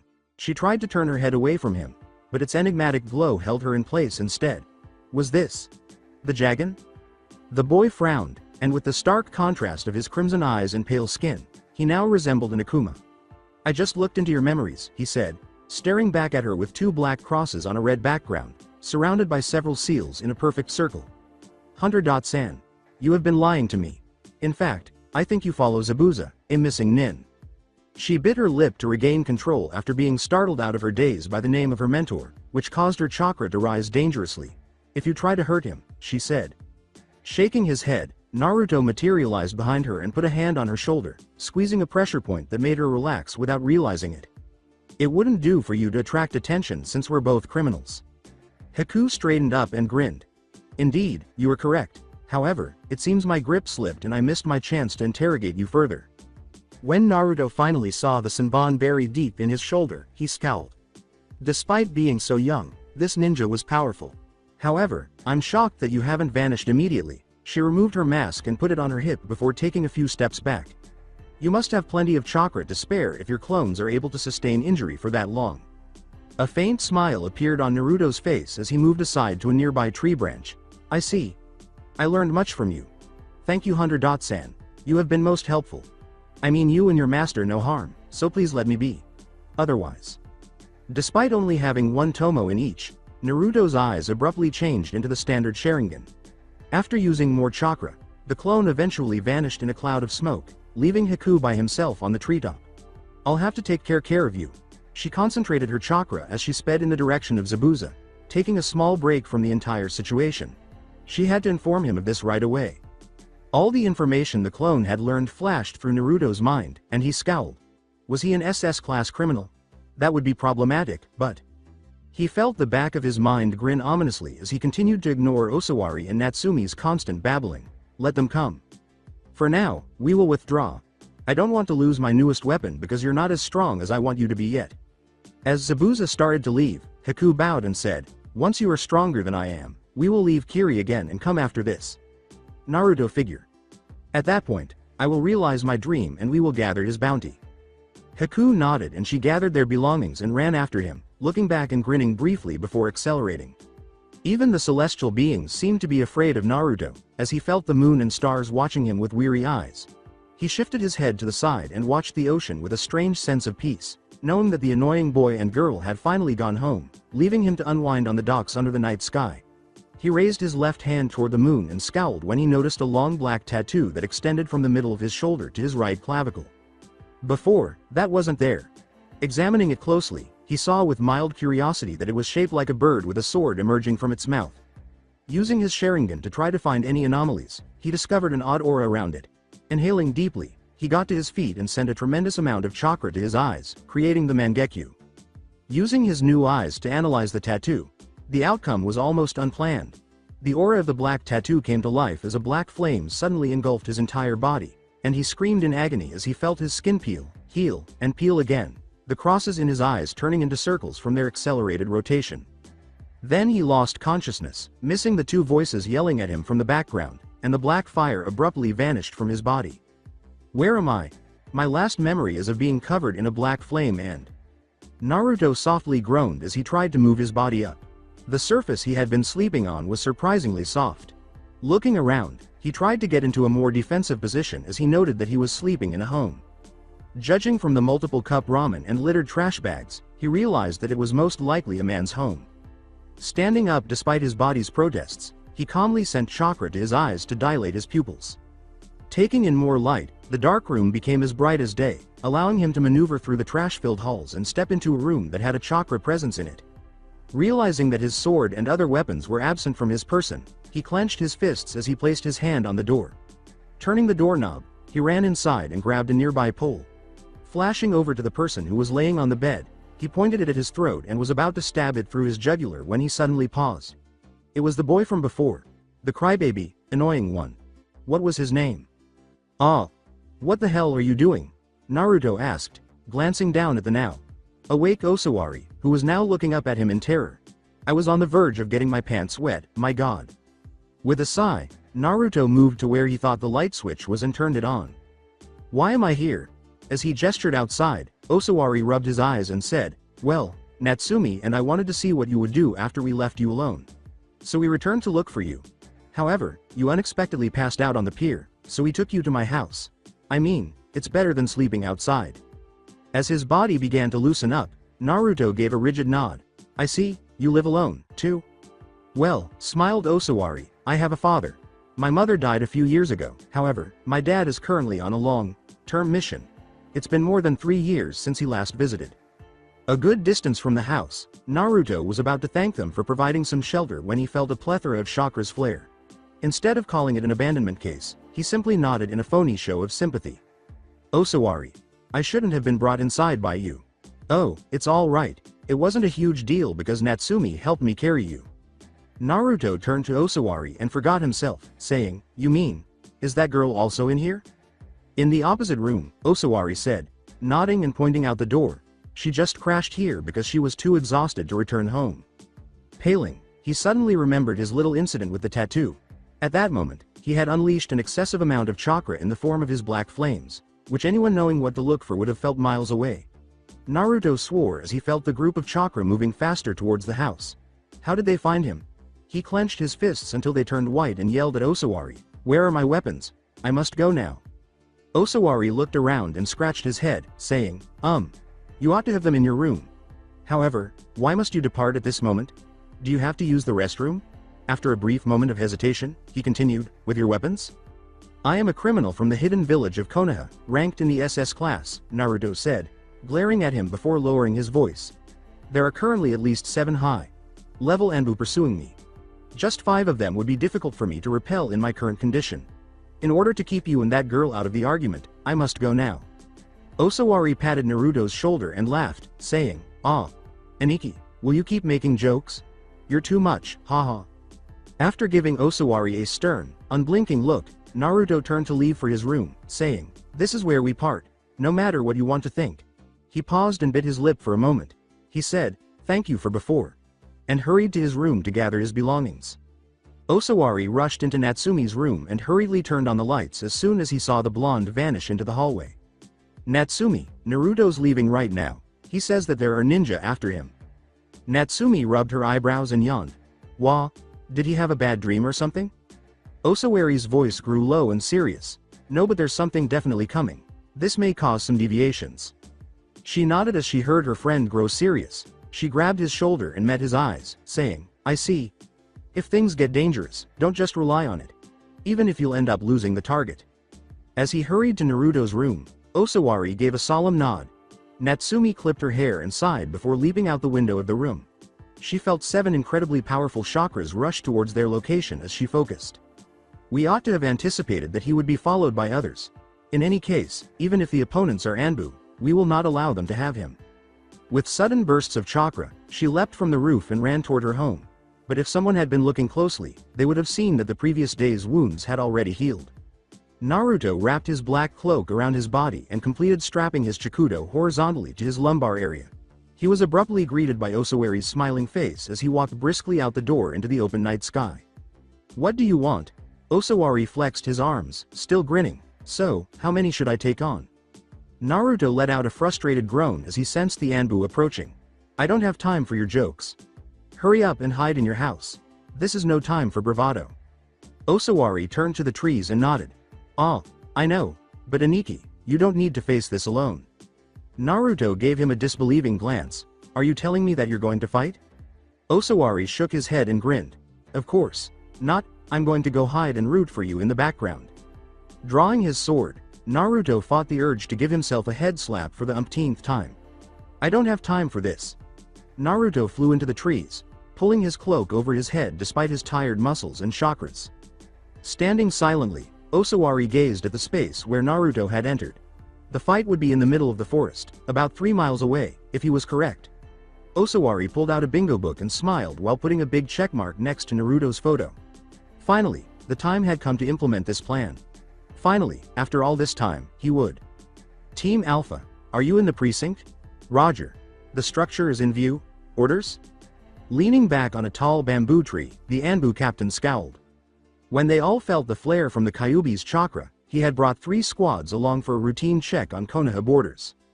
As survivors of the assault 8 years prior, they had all instantly identified the distinct, malevolent vibe of the power and had instantly recognized the Jinchuriki's proximity. He had taken the initiative to pursue the boy first to ensure that his escape was out of the question, and then sent a messenger to Konoha to report their findings. He sensed that something was terribly wrong despite the fact that he was surrounded by highly skilled Junin. He whispered again, quickly, and spoke softly into his headset. Team Alpha, Team Beta, are you in position? Hi, Team Alpha is in position. Hi, Team Beta is. The captain listened for more and instantly scowled. He felt a flash of light static in his ear. As he bit his lip to send out his first team, the Anbu leader's other ear was hit by another stream of static. Team Alpha. The captain swore and gestured to the men next to him after getting no answer. The target is SS ranked. He is to be brought in alive for interrogation. Use any means necessary to bring him in. Hi. In accordance with standard Anbu protocol, they all disappeared into their designated scouting locations and awaited any movement. Naruto waited patiently down below, using his ears to detect their locations while disguised as a cracked rock with a henge and a clone. It had been a joke with the first 2 teams. It was like signing your death warrant to talk so loudly. Position and secrecy were crucial in a forest like this. Naruto waited, being careful to maintain a low chakra. It was a patience game. He had to use his rudimentary abilities because he lacked the energy to summon the Mangekyo at the moment. Unfortunately, he wouldn't have had a chance against the Anbu in a full frontal battle because his only specialties were speed and secrecy. Naruto was about to make a feint to entice a ninja after waiting for another half hour when he felt a presence flicker faintly a short distance away. He smiled as he quickly undid his henge and zipped faster than a flying kunai in the direction of the signal. His Sharingan activated unconsciously from the act of slicing the man's neck with his sword in a matter of seconds. But when his target abruptly turned to stone and fell from the tree branch, he realized right away that something was amiss. His presence was instantly revealed by the forceful impact, and Naruto cursed before attempting to flee. However, he sensed 3 chakras encircling him within a 15-meter radius, but it was too late. He had been irresponsible. As Naruto removed his hood, he cursed his impatience and his eyes turned back to their steely blue. He appeared ethereal as his blonde hair seemed to bathe in the moonlight. The Anbu would have nearly thought the boy was a ghost if they hadn't been so intent on eliminating their target. He appeared to represent a kind of transition, more dead than alive. But this was no ordinary mission, and this boy was certainly not to be taken lightly. Naruto felt his left arm start to twitch uncontrollably, but he kept his eyes shifting between the three men. He glanced down and was startled to see the tattoo once more, this time with the sword going into the bird's mouth. Confused, he attempted to take a closer look but had to quickly raise his head again when he sensed a shift in the wind. He summoned 6 clones with one hand while deflecting the shuriken with his sword in front of him. Even though his chakra was running low, he could still summon at least 50 more clones before it ran out entirely. He saw 2 of the Anbu approaching him out of the corner of his eye and sheathed his sword, taking a deep breath. He leapt to his feet, threw aside his clones, creating a huge smokescreen, and blasted a huge fireball into the foggy clearing. The tree he stood on splintered into several thousand pieces, and he threw a few kunai in with explosive tags attached, then leapt away. But as he turned to run, a gloved hand smashed his entire head into the splintery wood, smashing his face into the tree. Naruto drew his sword and attempted to swipe the man, but he recovered quickly. The assailant merely used his metal forearm protector to block the blonde's attack before piercing the boy's shoulder with his Anbu sword. Naruto tried to peer at the man through the Anbu's fingers, but his arm went limp as he growled in agony. "Give up, Uzumaki Naruto of the Jagan. You are outclassed. Return to me with Konoha. There you will await your trials until further notice. You will not kill another as long as I'm here." With a groan, Naruto attacked the man with his other arm. The man grabbed Naruto's sword with unexpected quickness and slammed it into his other shoulder, pinning the boy to the tree trunk. The Anbu took a step back, green chakra glowing in its hand. He identified it as a medical technique that involved severing the target's nerves using his Sharingan. Swords began to move slightly as he struggled even more against his bonds. But even as he made slow progress, a tiny sense of fear started to seep into his thoughts. Was it already over? Had he already served his purpose? Naruto gave up the Sharingan and pushed the thoughts out of his mind as he stared at the approaching man. He didn't want to do this because it would essentially render him worthless for a while, but he inhaled deeply and tried to call forth the Mangekyo by gathering the remaining chakra and then some more. But as he did so, his mind started to race and he felt a sharp pain in the back of his head. He tried to summon the demonic eyes again, focusing harder, but instead he felt a burning pain on his arm. He was shocked to see how brightly the previous tattoo glowed when he looked down. The man was about to attack, and Naruto looked fearlessly and icily at the impending assault. Ah-hhhhhhh. The sudden, savage, and agonized scream had come from beneath Naruto and the Anbu, not from them. The Anbu looked over to see what had made the noise, paused his attack, and forgot about his target. As he inclined his head curiously, even Naruto forgot his troubles. One of the Anbu from earlier staggered into the clearing, his right arm missing, leaving a bloody stump in its place. The Anbu then stumbled forward a few paces before literally collapsing onto his knees. On the forest floor, the man's body had been neatly divided into 4 parts, each of which had contributed to a bloody cross. As he watched the Anbu gawk at the scene, Naruto turned back to his assailant. The Anbu trembled with rage and sheer trauma. He leapt to his comrade's body, laid a hand on one of the fragments, and rose solemnly. "Who did that? In the name of the Hokage, I will end your life for your act." With a groan, Naruto drew out both blades and put his own sword back in its scabbard. He sensed an approaching presence and threw away the other sword, feeling the Kyuubi heal the puncture wounds. Osawari and Natsumi emerged from the forest from which the Anbu had staggered. Natsumi's blood-covered figure spoke for itself with a single glance.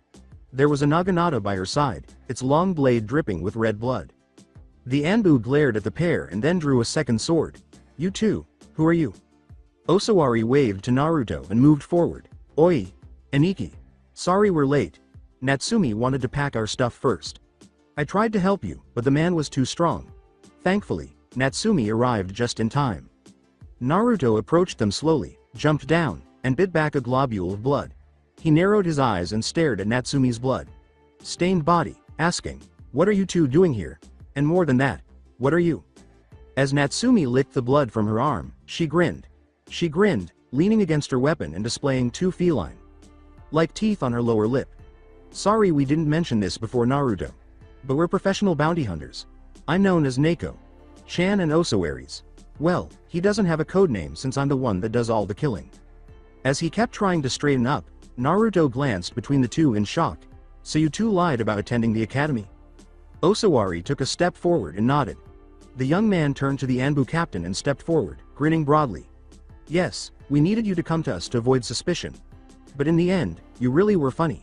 he said. Sorry Anbu-san. I can't let you have this target. I need him for something.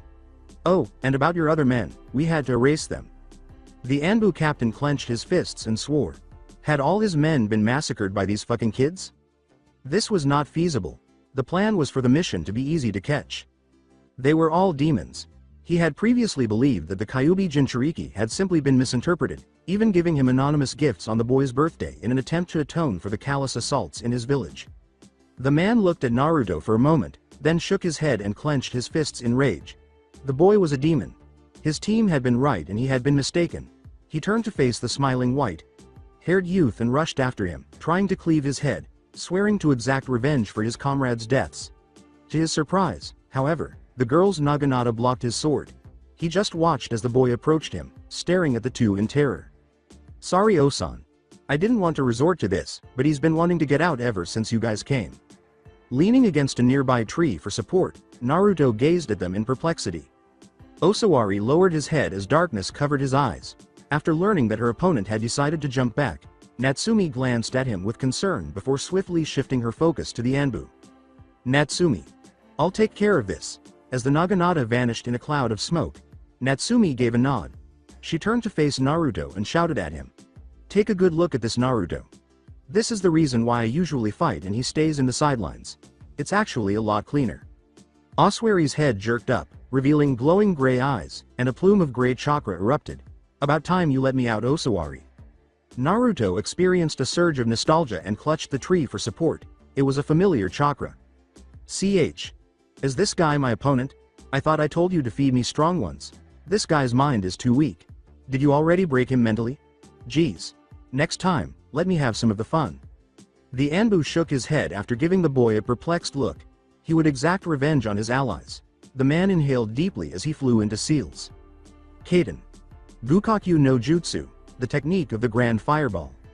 Naruto felt a huge chakra emanate from the boy, and his eyes widened. In any case, it was nothing in comparison to the Mangekyous or the Demon Foxes. The fight was over before it began. As Osawari gazed with delight at his creation, the Anbu's body, petrified to stone by an unidentified force, broke apart into multiple pieces. Doden. Stone Graveyard. Ishi Hikachi Osawari approached Naruto despite the Anbu's body turning to dust, his luminous gray eyes contrasting with Naruto's cautious ice blue ones. Osawari raised his hand in greeting, revealing his ferocious canines with an evil smile.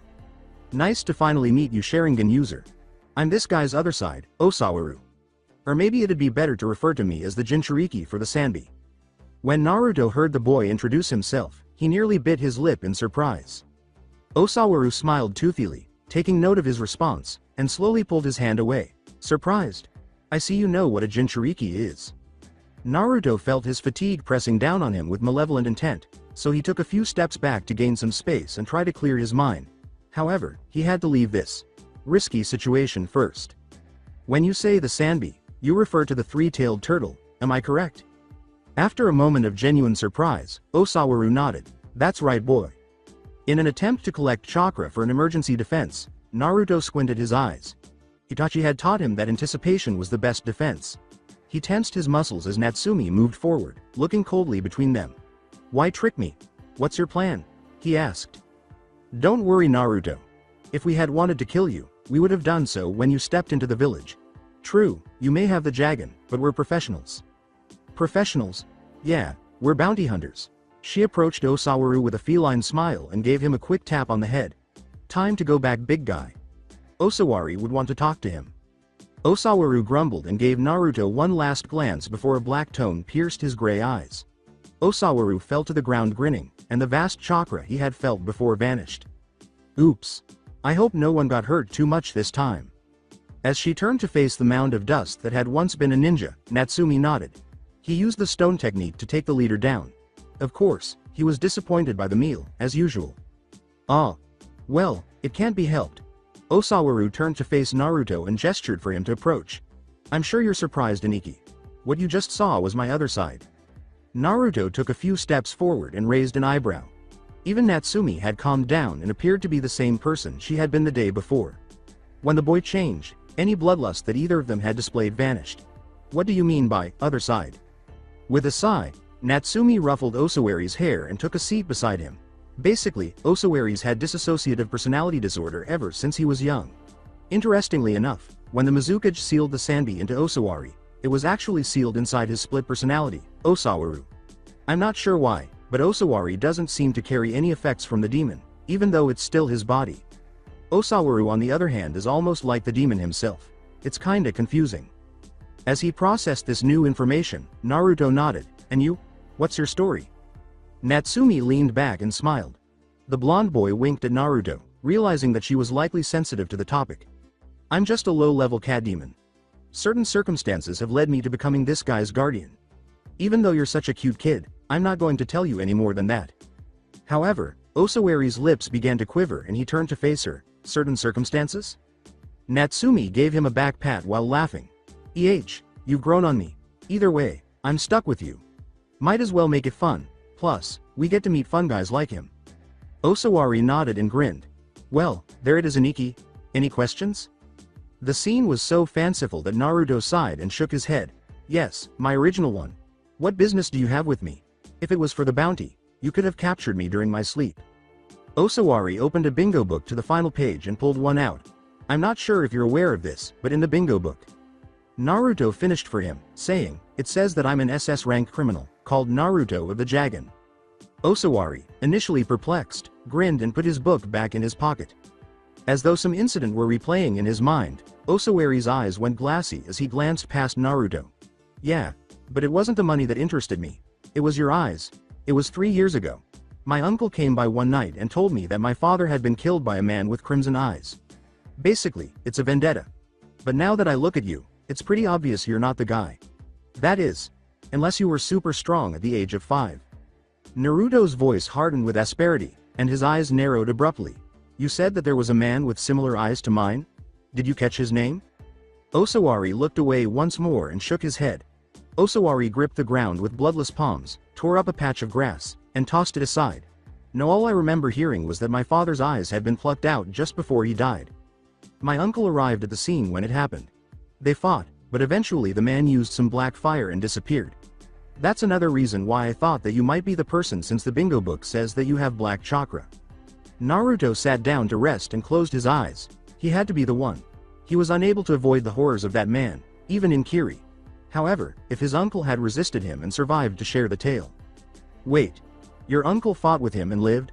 Osawari flexed his arms and smiled. Oh yeah, I might not be that strong, but my uncle used to be the leader of the 7 Swordsmen of the Mist. That is, after he ran away to Kumo to study architecture. He's kinda goofy like that. Naruto nodded after rolling the village's name off his tongue. Kumo, your uncle's name? Osawari became suddenly wary and blinked. You're not going to go after him to attack him, are you? If you are. No, rest assured that I am only going to your uncle for information. He might be able to give me more information about these eyes. I give you my word that I will not harm him. Osawari shook his head and scowled. Sorry, I already told you that he's in Kumo. If you really want to find him, he'll find you.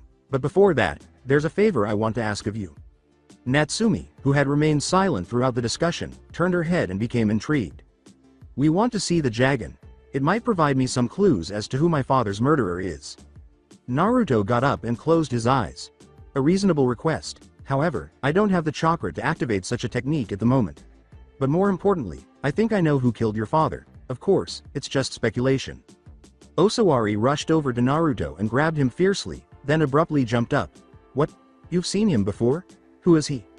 Slapping the boy's hands away and straightening his collar, Naruto scowled. His name is Uchiha Madara, wielder of the Mangekyo Sharingan. That's also what my Jagan is called. However, our eyes are different. Different? But don't you both have this Mangekyo? Yes. But that is why I wish to meet your uncle. I have very little knowledge of why I have such eyes. I also do not know much about the man who might have killed your father. Osawari sagged his shoulders and moaned audibly, so basically. But I can show you how he looked. Osawari's eyes regained their hope, and his head snapped back up. Really? That's all we need? Natsumi, are you ready? The girl's eyes changed into cat-like irises, and her bloodlust returned abruptly. Yep. Naruto searched his mind for the image of the man, glancing between the two. It wasn't difficult because his face was undoubtedly memorable. He inhaled deeply and changed into a perfect replica of the man. complete with glowing red eyes. Natsumi's eyes instantly glowed as she started taking notes at an unnaturally rapid pace. Naruto dismissed the transformation, perplexed. Osawari turned to Natsumi, grinned, and glanced over the notebook. "You got all the information?" "Yes, it'll take about 7 days for my powers to be able to find him, but I think it'll be okay." With a mixture of surprise and admiration, Naruto glanced between the two. Their role as bounty hunters was ideal. His eyes drooped, however, as a sudden jolt in his head indicated that his reticular activating system was gradually going into dormancy. "I'm sorry, but if you could please provide lodging." Osawari slapped his forehead and blinked. Sorry for being so rude, Aniki. You must be exhausted. Natsumi, put him on my back." Naruto then felt his last defenses crumble and passed into blissful unconsciousness. As he blew his 20th fireball of the day, Sasuke inhaled deeply. The only thing his father had taught him before he passed away was this jutsu, which made him proud and happy. He was about to release another one, making the seals again, when he felt a hand gently clasp his shoulder. The young Uchiha stopped and gazed up at the dejected expression of a man wearing a mask and one eye covered by a Konoha headband. "You shouldn't use your chakra so much. I know it hurts, but..." "It doesn't hurt." Before Sasuke went on, the man appeared momentarily taken aback. "I don't have time to just cry about it. I need to get stronger, to avenge my friends and family. I need the power to change things." The man gave him a questioning glance and then asked slowly, "To make things right?" After giving it some thought, Sasuke appeared shocked. He turned to the man and smiled softly as he repeated, "To make things right." Kakashi leaned down to meet Sasuke's eyes and grinned. Sasuke had to suppress a gasp when he saw his clan's familiar eye and pulled up his headband. "How do you have the..." I'll explain that to you some other time. But for now, are you interested in obtaining power to protect the ones you love?" Sasuke turned back to the lake and scowled. "All the ones I love are dead. At this point, I can only honor their memory by killing their murderer." Kakashi put his headband back on and sighed. "Vengeance is never the answer. You will come to realize that only after it is too late. But perhaps, I can help you overcome it. Come with me, Sasuke. My name is Hitaki Kakashi. Under the Hokage's orders, I'll be your personal tutor from now on." Sasuke turned back to the lake and walked away, staring after the man's moving figure. His many jutsus had created ripples on the lake, but they were fading, creating perfect kaleidoscopes of circles and epicircles. With renewed resolve, he ran after Kakashi, tearing his eyes from the beautiful scene. The name Kakashi means scarecrow, so he said, "You better teach me well, Scarecrow, sensei." As he produced an orange book, which Sasuke would come to despise in the years to come, Kakashi's eye flashed a smile. "Well, this will be my first time having such a young student to teach. I'm sure we'll both learn a lot from each other." "Hi, Scarecrow. Sensei." As he turned to face his newest pupil, Kakashi began to perspire. "Could you please not call me that?" Sasuke grinned and moved forward. "When do we start training, crazy hair, sensei?" Kakashi turned to the next page with a groan. "Gaki-kun. I preferred Scarecrow. Brat-kun." Madara tried to stop his hands from shaking and closed his eyes. It was almost time for another body transfer. The bodies of his hosts were drained too rapidly by these eyes. The body he had discovered beneath the buried debris back near Iwa was there. Yes, for the time being, that one would have to do. "Madara. Sensei." Madara grinned as his pupil knelt down in front of him. "What news do you bring, Itachi?" Itachi continued to speak in a straight voice, keeping his head down. "The one known as Pain refused our invitation. However, the missing nin known as Zetsu seemed genuinely interested in your plan. He is waiting outside right now." Madara nodded and smiled evilly. Good. And about the boy, do you have any news on him?" Itachi responded stoically, shaking his head. "The boy known as Uzumaki Naruto disappeared from Konoha and was proclaimed an SS rank criminal. I have not found his location." Madara leaned back in his chair and waved his hand. Although a little chilly, the cave was a good fit for his disposition. "Very well. We will see how the boy develops. He has caught my fascination. For now, we will focus on our original goal. After the construction of Akatsuki, we will then turn our attention to the Biju. At that time, we will meet young Naruto again. But for now, let Zetsu in. I will personally go talk with Pain later." "Understood." At the bridge where Kiri was leaving, Naruto stood in front of Natsumi and Osawari. He had regained enough energy to operate at 90% efficiency after resting for 2 days. Soon after, they had all gathered their belongings and made the decision to part ways at the bridge in the village. But he had a promise to keep before they went their separate ways. Alright.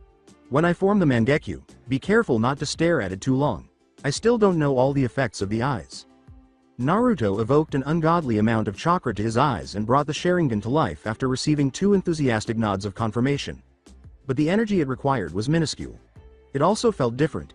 His vision was improved, to be sure, but something was lacking. Aniki. Your eyes are in the normal Sharingan. Well, I guess they aren't normal. There are 2 tomos in each eye. Naruto stared at the 2, looking shocked. You're sure? There isn't a cross, like image? Natsumi shook her head, seemingly disappointed. Nope, it's just a normal Sharingan. Naruto frowned and attempted, but was unable, to force more chakra into these eyes. As his eyes reverted to their typical blue color, he relaxed and stopped the chakra flow. I don't get it. Does the tattoo have any connection to it? When he reflected on the night he had battled the Anbu, he realized that he had also failed to call forth the Mangekyo. Naturally, he had assumed at the time that it was due to chakra fatigue. He grimaced as he stared at the tattoo of a bird on his arm, which was staring up at him with a playful expression. I'm sorry. It seems as though I cannot activate the Mangekyo. As for the reason, my ignorance is as great as yours. Before shrugging, Natsumi and Osawari showed signs of deflating. Well, as long as I got information about my possible father's killer, I'm happy.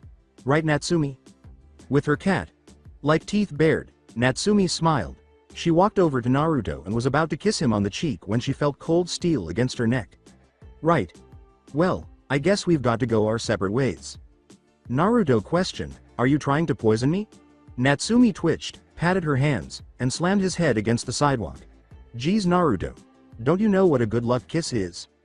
As he put his kunai away, Naruto brushed the debris off his head and removed it from the wooden floor. Such a thing is illogical. I have learned that a kiss holds no functional purpose other than to inject poison through senbon hidden in the mouth. However, I apologize for thinking that you were about to poison me, despite the fact that you showed such hospitality. That was also illogical. Natsumi laughed it off and blinked. It's fine, that's what makes you such a cute guy in the first place. Natsumi ran off after Naruto's eyes showed a hint of surprise. Osawari, hurry up and say your goodbyes to Naruto. Chan, I've got a hot trail. Osawari approached Naruto with a smile on his face. Thanks Aniki. You helped us out a lot. If you ever need help, don't be afraid to ask. Next time we meet, let's go get some ramen or something. Naruto nodded, a ghostly smile spreading across his face. Sure. Osawari turned and ran after Natsumi, who waved goodbye. Make sure you don't die Aniki. I'll hold you to that promise. Naruto stroked his chin tenderly and scowled as he cared for their vanishing figures. Was that a pledge? Pulling out a map, he turned to the other direction and shook his head. Kumo and Kiri were quite far apart. He would have to pass through Wave, a tiny village, before continuing on through Kusa and the mountains that surrounded the land of snow. He had to go east after leaving Snow Kingdom in order to get to Kumo. He walked down the road, memorizing the geography, his mind shifting to his current situation. Osawari's uncle might be able to help him understand the man who had initiated all of this and provide some hints as to what went wrong. The thought of not having the Mangekyo was unsettling. It had already become a part of him, in spite of the memories and meanings attached to it. He had lost a piece of his identity, a ballast. Now, however, he could not allow this misfortune to burden him. In order to make the ordinary Sharingan as strong as possible, the being would practice his own strength. Maybe the Mangekyo would come back once he reached the 3rd level. As he hefted his pack more comfortably onto his shoulder, he relaxed and let the thought go. It contained cup ramen, a specialty he had learned about at Osawari's home. He halted abruptly on the road to gaze at a nearby tree, recalling with nostalgia Shisui's training in the forest close to their old training location. He went to the tree and kicked it lightly, sending hundreds of leaves fluttering down and falling off. Unsheathing his Chikudo, he launched himself through the green debris, sliced each one precisely down the middle, and activated his now 2-tomo Sharingan. He finished by letting go of the Sharingan and sheathing the sword. Since he could not only see the movements of the leaves but also mentally slow them down, the 2nd level was unquestionably stronger than the 1st. As he made his way back to the road, he concluded that training would be the best option. He accelerated his pace and departed from the 400 half pieces of leaves, keeping in mind his resolution for the next year or so. In his rage, the Hokage screamed up at the council members, "This is treacherous. You must not do it." The oldest member of the council spoke with a sneer firmly fixed on his face while the rest of the council scowled at the Hokage. The aforementioned man, Danzo, was a powerful individual who typically skipped meetings. You yourself said that the boy was not to be labeled a missing nin. As a dangerous ex-citizen of Konoha, is it not fair to notify the people of Fire Country at least? The Hokage clenched his fists and muttered curses, but doing this would further isolate the boy and... Do you dare imply that you care for such a monster? The council has deemed these measures to be most proper. Therefore, Uzumaki Naruto will be open for bounty to all citizens in Fire Country. Moreover, the Anbu squad sent after him has not appeared. We can only assume that they met their ends by the demon's hands. So the bounty shall be increased to 1 million ryo. That is all. The Hokage snatched up his hat and flew back to his office, shaking with rage. His only authority as Hokage was to declare war and approve or veto laws. However, even his vetoes could be overridden if the majority was large enough. Those idiots. In addition to the fact that Konoha lacks the financial luxury of merely giving the boy 1 million ryo, this action will undoubtedly make the boy feel even more resentful of us. Our techniques might eventually turn him into a real demon. What idiots. With a curious gaze, Naruto strolled through Wave, a tiny town. Although the nation appeared to be on the lower end of the economic spectrum, the populace appeared content. Haha. You can't even save your own dog? You're so pathetic, Inari? Naruto heard the voices creep into his once calm atmosphere and moaned in frustration. A bunch of boys harassing one another? This reminds me of deja vu. I'd better leave before I'm pulled into another mess. He was about to leave the boys alone when he heard a splash and turned away from the scene. As he turned to save the foolish child, he heard drowning noises and felt his consciousness overcome him.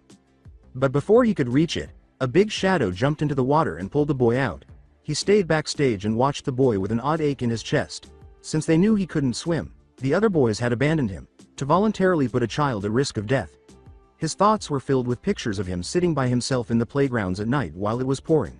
He clenched his fists and grimaced. He whisked off in the direction of the bullies who had already left, and soon discovered them giggling in front of a shop as they told some other children their story. Naruto landed lightly on the ground and performed a few seals while resting on a nearby tree branch. The boys were raised on enormous earth pikes. By their pants, by a wave of chakra that he sent through the ground while pressing his hands against the ground. Wah! The children flinched as they attempted to break free from the earth. Shattering Wedgie, clearly perplexed by the phenomenon. Get us off of here. Naruto approached them, squinting as he destroyed the earth pikes with a snap of his fingers. Next time, don't pick on weaker people. Naruto moaned to himself as he leapt back to the location where the boy had been before leaving the terrified boys behind. Once more. These inclinations to assist such helpless people were becoming increasingly problematic. However, a part of him was unable to let it go. He recognized himself in the oppressed, reflecting his own situation from the years before he had met them. No, he didn't have to consider that. When Naruto discovered a campfire in some small foliage close to the lake where the boy had previously nearly drowned, he saw that the boy was just unconscious, and the big man seated beside him was also unconscious. Naruto chose to approach the man and bowed slightly, deciding to make his presence known. I see you saved the child. The man nodded and grinned broadly. Of course. However, I should have taught those boys a lesson. Naruto avoided making eye contact and turned his head away. In the back of his mind, Naruto pondered how the man did not despise him for being a child. I took care of it.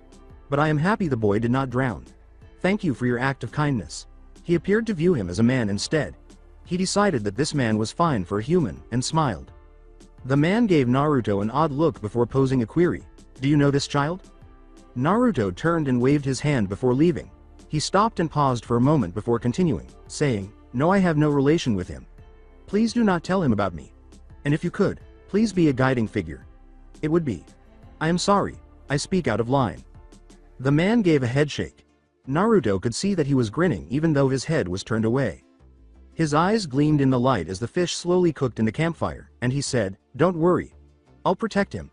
I'm sure that with a little bit of teaching and care, this boy will become someone who'll be able to protect others. My name's Kaiza. What's your name, kid? He looked up and saw that the boy was already gone. After a few moments of confusion, he felt the other boy beside him stir and flip the fish on the stick. Hey kid, looks like you're finally up. Warm fire rushed through Inari's body, and his blank eyes gazed at the man beside him. Naruto felt curious eyes on him as he strolled through the town. Since he was wearing full shinobi gear, it was only natural. The man he had previously met was more forthcoming than most. In an attempt to blend in, he ducked into a corner, swiftly changed into more civilian attire, and strode out into the street. People wouldn't know that the black sweater and pants he was wearing were illusions as long as they didn't try to touch him. When he realized he was hungry, a slight growl came from his stomach. His stomach seemed to want something heavier after traveling for days on end and eating only a few fruits and berries. As he strolled down the street, he observed the numerous signs in front of the shops. However, one caught his attention because of a big sign that read, "Help Wanted. Fast Pay." Since he needed to be able to buy goods anyhow, he decided to take a look and entered the tiny store to look around. Numerous handcrafted items were arranged on shelves and above them in what appeared to be a carpenter's shop. Additionally, every piece was exquisitely detailed and expertly crafted. He strolled through the labyrinth of wood, admiring the numerous figures and appliances, and even discovered glass and metal work close to the back. It appeared as though the owner worked with a variety of crafts, from chairs and bolts to sculptures of small animals. "Why, hello young one. What are you doing there?" The abrupt voice nearly made Naruto jump back in surprise. Had someone really caught him in the act? When he turned around, he saw an elderly man in his 80s who was leaning against a staff with his entire body. Naruto remembered his etiquette and bowed before answering. "I am sorry. I saw the wanted ad and walked in. The beauty of your items stole my thoughts after that. I apologize for wandering." As he approached, the man's eyes glowed. He had a long, flowing white beard and was bald. The man nodded and raised his hand, his face kind. "Here, come with me. If you like these items, you will definitely enjoy this." After reluctantly taking the man's hand, Naruto followed him all the way to the back of the shop. Along the way, he gazed with a peculiar kind of awe at innumerable instruments. The old man laughed as he led Naruto through the plethora of goods until they reached the very back shelf. "These days, people don't have time to buy such things. In the end, I can only sell chairs and replacement parts for machinery. But the profit isn't bad, so I'm not complaining. Ah, here. This is my masterpiece." As Naruto gazed into what might have been the most exquisite thing he had ever seen, his heart began to race. A marble statue of an angel stood in the center, gleaming in the sunlight that filtered through the small window above it. A young girl, no older than 16, served as the model. But the figure resembled a goddess more than a typical girl. Naruto sensed that this statue likely embodied the very definition of feminine beauty, even though he was a boy with no experience with women's tastes. "What is it?" The man approached it with a tired smile and laughed. "My first and greatest work. I completed it when I was but a lad. I had been struck down in my job. Near death, I saw dreams come and go. But in what appeared to be my last breath, an image of this person suddenly formed in my head. After that, I quit my job and devoted my life to art. That was nearly 60 years ago." "I see. Thank you for sharing such a piece with me. I will treasure it, but about the job," Naruto said, averting his gaze from the piece and looking up at the man. After covering the statue with a light cloth and walking back towards the front of the store, the elderly man laughed. "I see, child. You need money. Well, I need a live.in apprentice to learn my trade. What do you say to that?" Naruto's mouth froze as he opened his mouth to explain that he was rushing to reach another village. There was something about the location that seemed cozy. He responded slowly, opening his mouth, shutting it, then opening it again. "If I could just stay for a few days." The old man laughed, and his eyes glistened. "Of course. And while you're here, you will be my special guest. I have a spare room upstairs.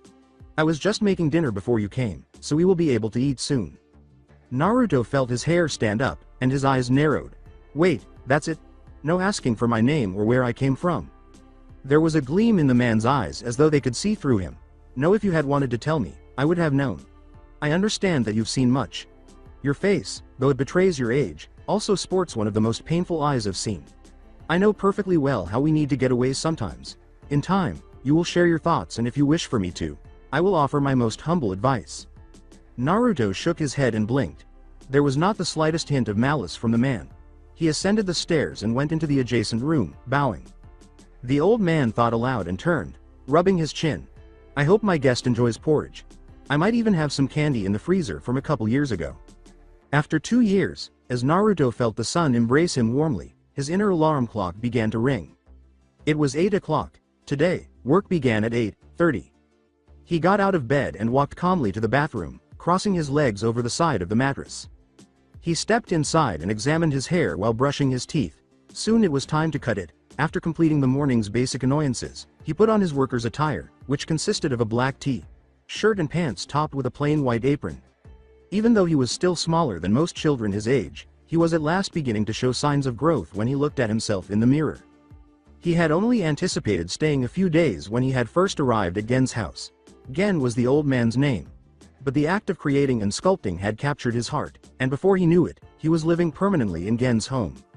He saw two individuals he had become extremely accustomed to over the past year as he made his way downstairs. Naruto ni-san, come get your breakfast, it'll turn cold soon. A little girl with emerald eyes and long, flowing white hair grinned up at him. As Naruto sat down to his breakfast, he couldn't resist giving it back. Hayami was a young child who had experienced the negative aspects of life. Her father did not provide any financial support and was an alcoholic. Rather, she survived on the meager money she earned from selling flowers she found on Wave's outskirts. The white-haired 9-year-old, however, never seemed to lose her spirit in spite of her difficult circumstances. She was somewhat Naruto's complete opposite, cheerful, upbeat, and bright. However, because she typically ate the least expensive food, she rarely seemed to have energy. However, she occasionally visited Gen's home, where an abundance of supplies was available. She prepared whatever she could and cooked for them in return for some food. The girl had insisted on earning her own food despite the old man's attempts to convince her that it was unnecessary and that she was free to eat there every day. Gen said from behind his newspaper, "Hayami, isn't your birthday in a few days?" Hayami nodded, her face brightening. "Naruto ni-san, in a few days I'll be as old as you." As he kept eating his eggs, Naruto waved his hand. "Why don't you start learning how to be a carpenter now? That way, you can make a real living." Gen glanced at Naruto and grinned. In comparison to his previous demeanor, the boy had become considerably more casual. He had sounded like a ghost and had only spoken in a formal tone when he had first arrived. He appeared to be finally maturing into a child now. He grinned as he looked at Hayami. "Yes, I could always use the extra hands." Hayami shook her head and grinned pitifully. "Sorry. Father would find out and he would make trouble for you guys. I already have so much that I owe you." Naruto averted his gaze and scoffed, but inside, he felt uneasy. So far, no one had discovered his capabilities. He had actually concealed the fact that he possessed chakra. It did not, however, imply that he did not train. No. He actually trained more diligently than before. He trained on the sea every night between 10 and 4 in the morning. But in spite of his best efforts, he had not improved his Sharingan or learned any new skills. The fact that he looked like a helpless 10-year-old boy also came with his secret. He was therefore not supposed to be able to defend against individuals such as Hayami's father. However, disclosing his secret would have created even more issues. He had seen a wanted poster of himself just the other day while running errands to a nearby village. Such a thing was not an issue in a backwater nation like Wave. But for the time being, he had to be careful not to become well-known. "Hayami, couldn't you work here without him knowing?" Hayami pouted and scowled. "Well, I'd have to share the money I make with him and he'd ask where I got it." "Well, why don't you just work for food then? Because that wouldn't be fair to him. If I eat every day and he has nothing to eat, I mean." Naruto showed his apparent dislike for the man by crossing his arms. "You should just let him starve." Hayami stood up from her chair and scowled. "You're so mean, Naruto. Family's family. They don't betray each other." When Naruto thought of Itachi, he abruptly got to his feet. "I'm going to go to work now." He left Hayami in shock as he walked quickly toward the store's workshop section and shut the door behind him. "Did I say something bad?" Gen folded his newspaper with a sigh. "I too mentioned family once and he reacted in a similar fashion. I'm guessing something bad has happened to them. Well, I wouldn't be worried about it." Hayami pulled out a yellow flower and stood up, looking at the clock. "Please give it to Naruto and apologize. It was the best one I found this morning. You can tell him yourself after you return from work." Hayami bowed as she made her way to the door and said, "Thank you Gen-san." She turned and left the store with a smile on her face. Gen grinned as he took the flower and placed it in a vase. While this was going on, Naruto had started forging metals in an attempt to form the iron head of a rake. He had just finished making the wooden part, and as he flipped the hot iron piece over without realizing it, he started to think about his current situation. He had not forgotten his goal, and Osawari's uncle was still there, but days had turned into months, and finally, months into years. He felt a strange sensation as he let himself go in the workroom. Here he was safe, both from his past and present. It felt like running away, but he grinned slightly as he looked out the window towards the retreating figure of Hayami. He sighed and shook his head, but no, he was making his present now. As steam filled the room, he finished the iron and plunged it into water, straightening out the rough spots before putting it in the refinery pile, where he would return to it later. He took out a long piece of metal and dipped it into the furnace as he saw the flames flash brightly because of the pumped air. He had developed the habit of making swords, and for some reason, learning to craft had been extremely easy for him from the beginning. Gen had told him that he was a natural genius at creating things, but the craft he was most skilled at was metalwork, specifically sword making. He had started making swords about a month or two into his job, but Gen had never taught him anything about the craft. In fact, the old man had always simply smiled and returned to his carpentry. Nevertheless, Naruto flourished in the art because he had not discouraged him from practicing it.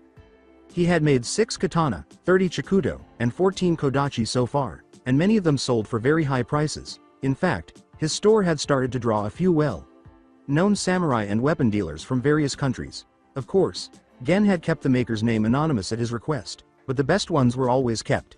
In fact, the ones he sold were all messed ups of some kind, but if they wanted them, well, who was he to throw away money? One day, he would make a sword with the proper ceremony, so he flipped the sword onto the table and smashed his hammer against it with expert precision. He wiped his brow and decided to go out for a snack, figuring that since it was a weekend, business would be slow. Taking off his apron, he decided to go and humor Hayami, and as he passed the sleeping Gen, he looked carefully and saw that a yellow flower was left in a vase next to him. He picked it up and grinned, noting that it was damaged in any way, indicating that it was her creation. Feeling his eyes strain from the sunlight, he left a note on the table and went out the door, passing by many stores and people, nodding slightly in acknowledgement of their greetings before continuing on towards the central marketplace. Ah, Uzumaki-san. Ni. Chan Naruto. When Naruto heard 2 more familiar voices calling to him, he stopped and turned to see a young boy and a man who appeared to be strong standing next to him. Kaiza, Inari. How are you today? Lifting Inari onto his shoulders, Kaiza smiled and said, I just taught Inari here how to swim. He picks things up quickly. Inari shouted joyfully, pumping up his arms, of course. I will follow in my father's footsteps. Looking at Naruto, Kaiza smiled and said, how's business? Enough. I want to congratulate you on your accomplishment the other day. Kaiza shook his head and laughed, saying, it was nothing. What a man cares about must be protected. Naruto looked away and nodded slowly, I suppose. It must have been difficult for you, though, to swim against the currents to shut that emergency gate. But you're still very energetic. Well, Inari wouldn't have wanted to learn how to swim if it weren't for that. Grasping his surrogate father's head, Inari smiled and said, yes, Dad is amazing. In that crazy water, he was able to swim so fast. He is also the hero of the village, Mom said so. Naruto grinned at the boy's enthusiasm and said, yes, your father is a true hero. He turned to go, bowed slightly as he looked toward the marketplace. Hold on, Ni. Chan Naruto. Mom asked you to stop by and join us for dinner this evening. Oh, and she added that bringing a friend is cool. After pausing to reflect, Naruto said, I see, I'll accept your invitation. As they waved goodbye to Naruto, who was now departing, Inari and Kaiza both smiled at the same time.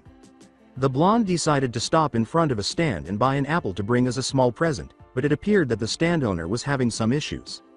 Hey, pay your taxes right away because Gadu wants them. I'm sorry, but we don't have enough money to give right now. It's not an excuse. Get moving and take this and leave them alone.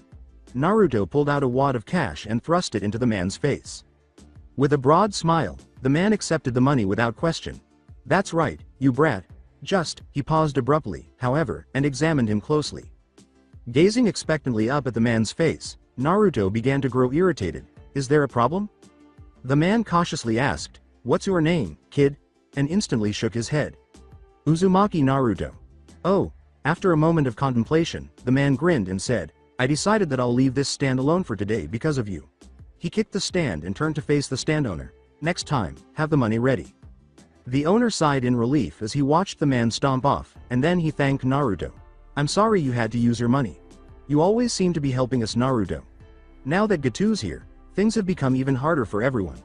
If there's anything that we could do for you, please, let us know. Naruto took an apple and bowed.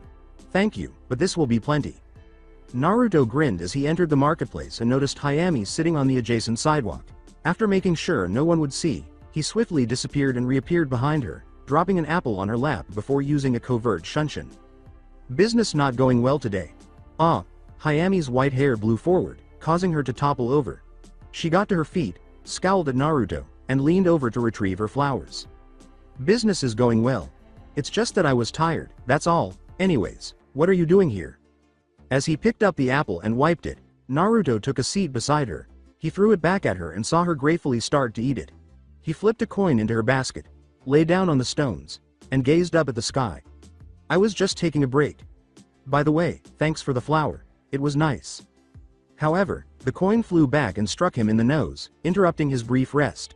OWW. What was that for? Hayumi shook her head and pursed her lips. That flower was a gift, and also, I wanted to tell you sorry. Naruto waved it away and lay back down. It's my business, it had nothing to do with your comment. But really, you'll accept an apple but you won't accept money. When she finished the apple and put it in a nearby trash can, Hayami grinned. She grinned as she lay next to him and gazed up at the clouds, saying, that was because you scared me earlier. After a long period of comfortable silence, Naruto decided it was time to return to his work. Despite the slow business, he had to take action. He got up and stretched, brushing the dust away. After tying her hair back and picking up her basket, Hayami also got to her feet. Oh yeah. You're not doing anything for dinner tonight, are you? Gazing at the coins in her basket, Hayami shook her head. I don't think so. When he understood that she meant that she wouldn't have enough money to eat, Naruto winced a little. With a sigh, he guided her to a nearby store by taking her shoulder. She turned her head away from him, trying to conceal her blush. What are you doing, Naruto? She asked. We're going to get you some clothes. You don't want to wear that to Inari's house, do you? Inari.kun. Yeah, we're going to eat dinner there tonight. Gen usually sleeps pretty early, so I thought that I'd take you. As Hayami counted the coins, she glanced at her basket, but I don't have money to. After giving her a stern look, Naruto grabbed her head and shook it back and forth. Just think of it as an early birthday present. You can use it for diapers later if you want. As they entered the store together, Hayami nodded and held onto her head. Before heading to the store's weapons section, Naruto gave her a bundle of cash. He smirked as he waved her away after giving it some thought. Make sure you pick something decent. I don't want to be seen with a horribly dressed person. Naruto. Said blonde looked at the weapons around him and turned away. He was able to identify a number of defects in them, particularly with the swords. He was about to walk away, shaking his head, when he noticed a sword in the store's corner. He looked up at one of the attendants and beckoned him. Excuse me, why is that sword alone in that corner? The attendant shook his head and grinned. Oh, that one's strange. For some reason, the sword won't come out of the scabbard. We tried to break the scabbard, but since it's made out of metal. He approached it, raised it, and felt its weight, saying, I see, how much for it? When Naruto set it on the counter, the attendant gave him a startled look. I'm not sure since we didn't put a. Naruto laid a substantial sum of money on the table. Is this enough? The attendant nodded angrily, his eyes glimmering. Grinning, Naruto accepted the sword and turned to leave. He was intrigued by the sword. Later he would have to investigate. However, for the time being. Naruto approached a trembling Hayami and gave her a shoulder tap. Done? She bowed her head and held out a lump of cash in front of him, trying to conceal her embarrassment. I apologize for using so much, she said. It's really pricey here and... Before she could finish her sentence, Naruto left. Anyway, don't forget to wear that tonight. As she dashed to meet him, Hayami blinked and said, but your money. I'm well compensated for my swords. I assumed you were aware of this. It's not a huge deal because I have a lot more. Look, I even impulsively purchased this sword. Thus, simply keep the remainder for yourself. But, come over to the house and prepare some food for us if you feel bad about it. It's good to have some variety because Gen can only make porridge. As Naruto made his way back to his house, Hayami said nothing. Oh, and make sure you come to Gen's house around 7. From there, we can travel together to Inari's house. As she waved goodbye, Hayami grinned and nodded. Thanks, Naruto, I promise not to be late. As the boy produced bolt after bolt with amazing celerity, Gen kept a close eye on Naruto and, for some reason, he seemed happy today. Of course, for Naruto, being happy usually meant that he didn't have a gloomy aura around him, but Gen had developed an innate sense that allowed him to know what Naruto was feeling, even when the boy was being as secretive as possible. This was a skill that he and Hayami shared. Has anything positive occurred today? Naruto stopped and turned to face the man. No, but I'll go have dinner with Inari's family. He paused, then continued, with Hayami. I see, said Gen, grinning and stroking his beard. I'm glad to hear that. Hayami has been getting along well with you lately. Naruto stayed silent and kept firing bolts. Well, before Hayami arrives, why don't you take a break? After spending the entire day working in the shop, you probably want to take a shower. The rest of the night, I'll work. With a grateful nod, Naruto set down his hammer and said, "Thank you, Gen-san. Then I'll see you tonight." Gen nodded as Naruto came upstairs, sat down in his chair, picked up a chisel, and started carving out a sculpture. The boy still had a lot to learn. He grinned as he saw the bolts all lined up perfectly on the counter. He had seen the boy on a wanted poster a few days prior, so he knew the boy's secret, the boy's power, and he sighed as he chipped away at the wooden block, looking at each bolt and looking up the stairs, hoping the boy would learn to move past whatever soiled past he had and learn to live a new life. If he could help just one boy. As he dropped the sculpture, Gen's mind was filled with images of blood and carnage. No, he wouldn't let it happen that way to him. He walked over the bolts, examined them, and started to make more, the chisel and wooden sculpture left forgotten beneath his chair. As he sat in his chair, Gato scowled. This man, Kaiza, was obstructing his plans. He needed to crush their hope first in order to control the wave, and the Kaiza figure would be a good example.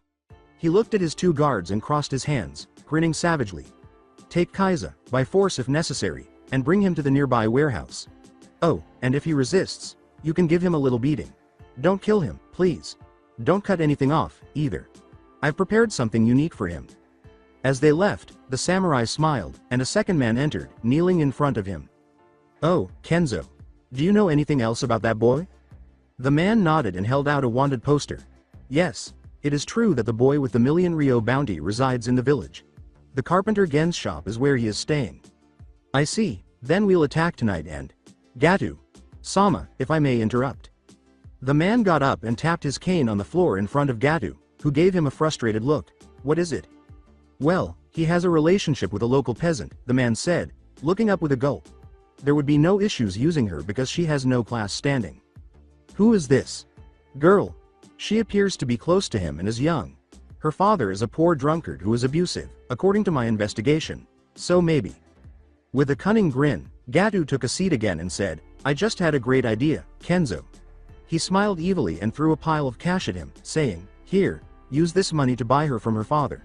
We'll use that girl to get to this Naruto of the Dragon. After that, do whatever you want with her. Make sure he sees, though. I want him to approach me directly. It will simplify things for us. However, don't you worry that the boy could endanger you, sir? I bet he's just some rich politician's son, Gato spit out to his side, scowling. In addition to the fact that I have my two bodyguards with me, he is too young to pose a serious threat. I'm going to take this land and his 1 million Ryo bounty tonight. As he accepted the cash, Kenzo smiled and said, yes, Gato. Sama. However, as a precaution, I will be bringing some men along. Yes, do as you please. Make sure he gets here, please. As he leapt up to the trees, Sasuke avoided an incoming fireball from Kakashi, threw out several kunai with strings attached, and attempted to hook the copy nin to a nearby tree, but instead he caught a clone. Quickly turning to the left, he deflected several kunai with his own and blew a fireball at a pile of boulders, and a smoldering figure flew out of the giant abyss as it abruptly turned to water in midair, soaking Sasuke from head to toe. Cursing his carelessness, Sasuke jumped back, but his back was stopped by a hand, and his eyes widened as he saw Kakashi with his other hand ignited by lightning. Chidori. When Kakashi slammed the Chidori into the ground, the attack's electricity instantly leapt to the water and gave Sasuke a severe shock, causing him to fall and turn weakly while muttering curses at the smiling man. Gaki-chan, what was that? Sasuke gritted his teeth and mumbled, I said that the fight's not over yet. The copy nin fell to his knees as Sasuke hurriedly stood up and slammed his fist into stone. Kakashi's eye widened as Sasuke's previous clone suddenly erupted from the ground behind him and slashed with a kunai. As he cracked the replaced stone, Sasuke swore, and then he was kicked hard in the jaw, dismissing his clone in the process. You scarecrow, damn you. Kakashi pulled out his book and clicked his tongue. Yet again, you're reading that dumb book. Kakashi shook his head and grinned, saying, Sasuke, you're getting stronger. Perhaps you'll even reach the point where you can read Uchiha Paradise in a few years. Sweating, Sasuke got to his feet and said, what's that got to do with strength? Well, Asanin is the author and I, one of the strongest Junin in the village, am also an avid fan so. Kakashi shrugged, frowning. That just means you guys are perverted. Kakashi stopped to reflect. Perhaps. In any case, Sasuke, you've grown stronger. You are now prepared for the Chunin tests. However, we'll hold off until you graduate and assemble a team. Sasuke nodded. One of the first things Kakashi had taught him was that sometimes taking the easy route was the better option, so Sasuke had opted to follow the regular curriculum rather than follow his brother's lead and graduate earlier. Seeing the edges of a black fire flickering over the top of the trees, Kakashi remarked casually, "It looks like the black pillar is unsettled today." The two remained silent until they heard a faint rumbling in the distance. Gazing up at the moon, Sasuke nodded and said, "I have a bad feeling about tonight." Naruto scowled as he checked the time. It was 8 o'clock, and she was an hour early. He rose from his chair, went to the door, and swung it open. "Is there something wrong?" From above his newspaper, Gen inquired. "I sense that something is amiss. I'm going to check to make sure she didn't trip over anything." As he set down the newspaper, Gen nodded and said, "A young girl should never be left alone at night. Don't forget to pack an extra jacket." Naruto nodded, took one, and hurried out the door, squinting his eyes as he hopped up to the top of the buildings in the night sky. Hayami's house was in the poorest district, or the West District. He felt the familiar sensation of chakra filling his feet, so he shunshined across the tops of the buildings as he hurried towards her house. He felt a tug in his stomach, as if something was amiss, and as he flashed forward at an even faster pace, his movements becoming invisible, causing the jacket he was holding to fall back to the breeze. He stopped just above the building, jumped down, and calmly made his way to the front door, opening it without knocking and seeing a sobbing man. His eyes narrowed as he saw Hayami's supposed father wailing pathetically on the ground, and he quickly grabbed the man's shirt as an odd sense of unease started to consume him. "Where is Hayami?" The man clutched his face and blinked through his tears, which smelled of alcohol. "Are you her friend? Are you?" "I apologize so much, Hayami. I apologize to Hayami. I just saw the money and wasn't in the right frame of mind. Stop talking." Naruto breathed heavily as he grabbed the man by his throat and lifted him up. "Where is Hayami?" As he attempted to speak, the man gave him a terrified look. Naruto let go of him and placed him on the ground, saying, "Speak." I sold her." Naruto slammed him against the wall, his fist clamped on his face. "What?" "I apologize. So much money had been offered by the man, and I just..." "Where is she?" Naruto started to exude black chakra, which made the man even more terrified. The man promised to be at the second district's trash site. The man glared at Naruto, who threw him to the ground and said, "You should be ashamed of yourself." Without turning around, he fled the house, leaving the man by himself in his pool of urine and tears. Even when he had faced death with that one Anbu captain, he had never felt fear, but now he needed to save her, no matter what he did. At any cost. Naruto's heart pounded with effort as he flew to the second district, and every step made his heart feel even more scared. When Naruto landed in front of the garbage site, he felt a lot of chakra signals. He looked forward and saw a big pile of trash with a fire in front of it, and the bastards sitting there as if nothing had happened. He activated his Sharingan and tried to find Hayami's white hair close to them, but she wasn't there. He breathed a sigh of relief and started to walk in their direction, but stopped when he saw something white scattered on the trash heap's base. "Who's there, oi?" In inebriated revelry, the 5 men by the campfire yelled at him. "You're a deaf brat? Before we give you a lesson, hurry up and head home." However, one of them recognized the boy and abruptly stopped the others, shouting, "Aren't you Uzumaki Naruto of the Jagan? We are here to take you to our supervisor." Ignoring them, however, Naruto walked slowly toward the motionless figure on the garbage heap, passing the smiling men as he bit his lip and drew blood.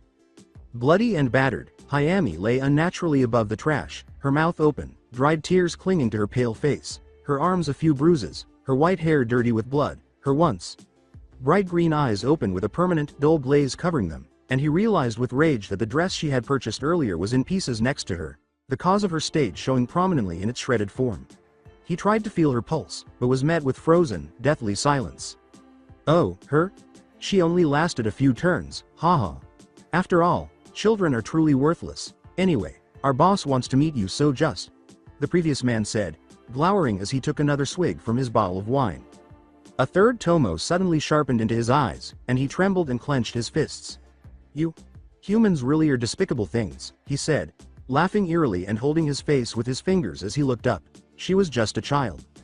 "Well, kid, what are you mumbling?" Black chakra poured from Naruto's body as it shrouded him in a shroud of death, and his eyes turned crimson as 3 tomo started spinning quickly around his pupil. "Hey, what are you?" The other men blinked a few times as they watched their friend's body slowly fall to the ground, but the man didn't finish his sentence because he suddenly found himself without a head. Naruto stood a few feet away, holding the man's head in his hand before smashing it with his bare hands, sending a spray of blood flying as his body trembled with anger. "You idiots! I will tear everyone to pieces!" Kenzo screamed as he and his friends hurried to their feet to run, but they didn't make it very far before their legs gave way and they fell to the ground. He turned around and discovered his neck in an iron grip. "Hold on, help!" He was choking, but he was still able to speak a few words. Naruto's mouth snarled words as his demonic eyes stared back with icy rage. "What? Gato was the one who instructed me to do this. It was he who instructed me to do it and gave me the money. We're not guilty. I'm not guilty. All I was doing was obeying orders." As he resisted Naruto's hold, the man's voice verged on hysteria. "Gato?" The man let out a sigh of relief as his hold relaxed a little. "Yes, he is at warehouse 30.1, waiting for you. There, he intends to tend to Kaizo as well." As Naruto let go of the man, his eyes narrowed. I'm grateful. Kenzo kissed the boy's feet repeatedly, his mouth tasting dirt as he did so. "I'll give you a proper burial after this is all over," Naruto said softly, turning to face the trash heap and looking at Hayami's body before moving toward the trash area's outer edge.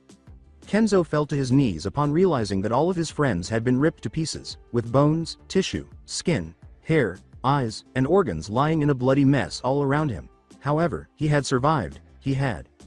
A black flame burst out from behind Naruto as he kept moving forward, saying, "Burn forever in my fire of hell. And don't forget to let the devil know that tonight is going to be another one. Gato, I will get your head." That's it for today. I hope you guys enjoyed this great story. See you in the next one.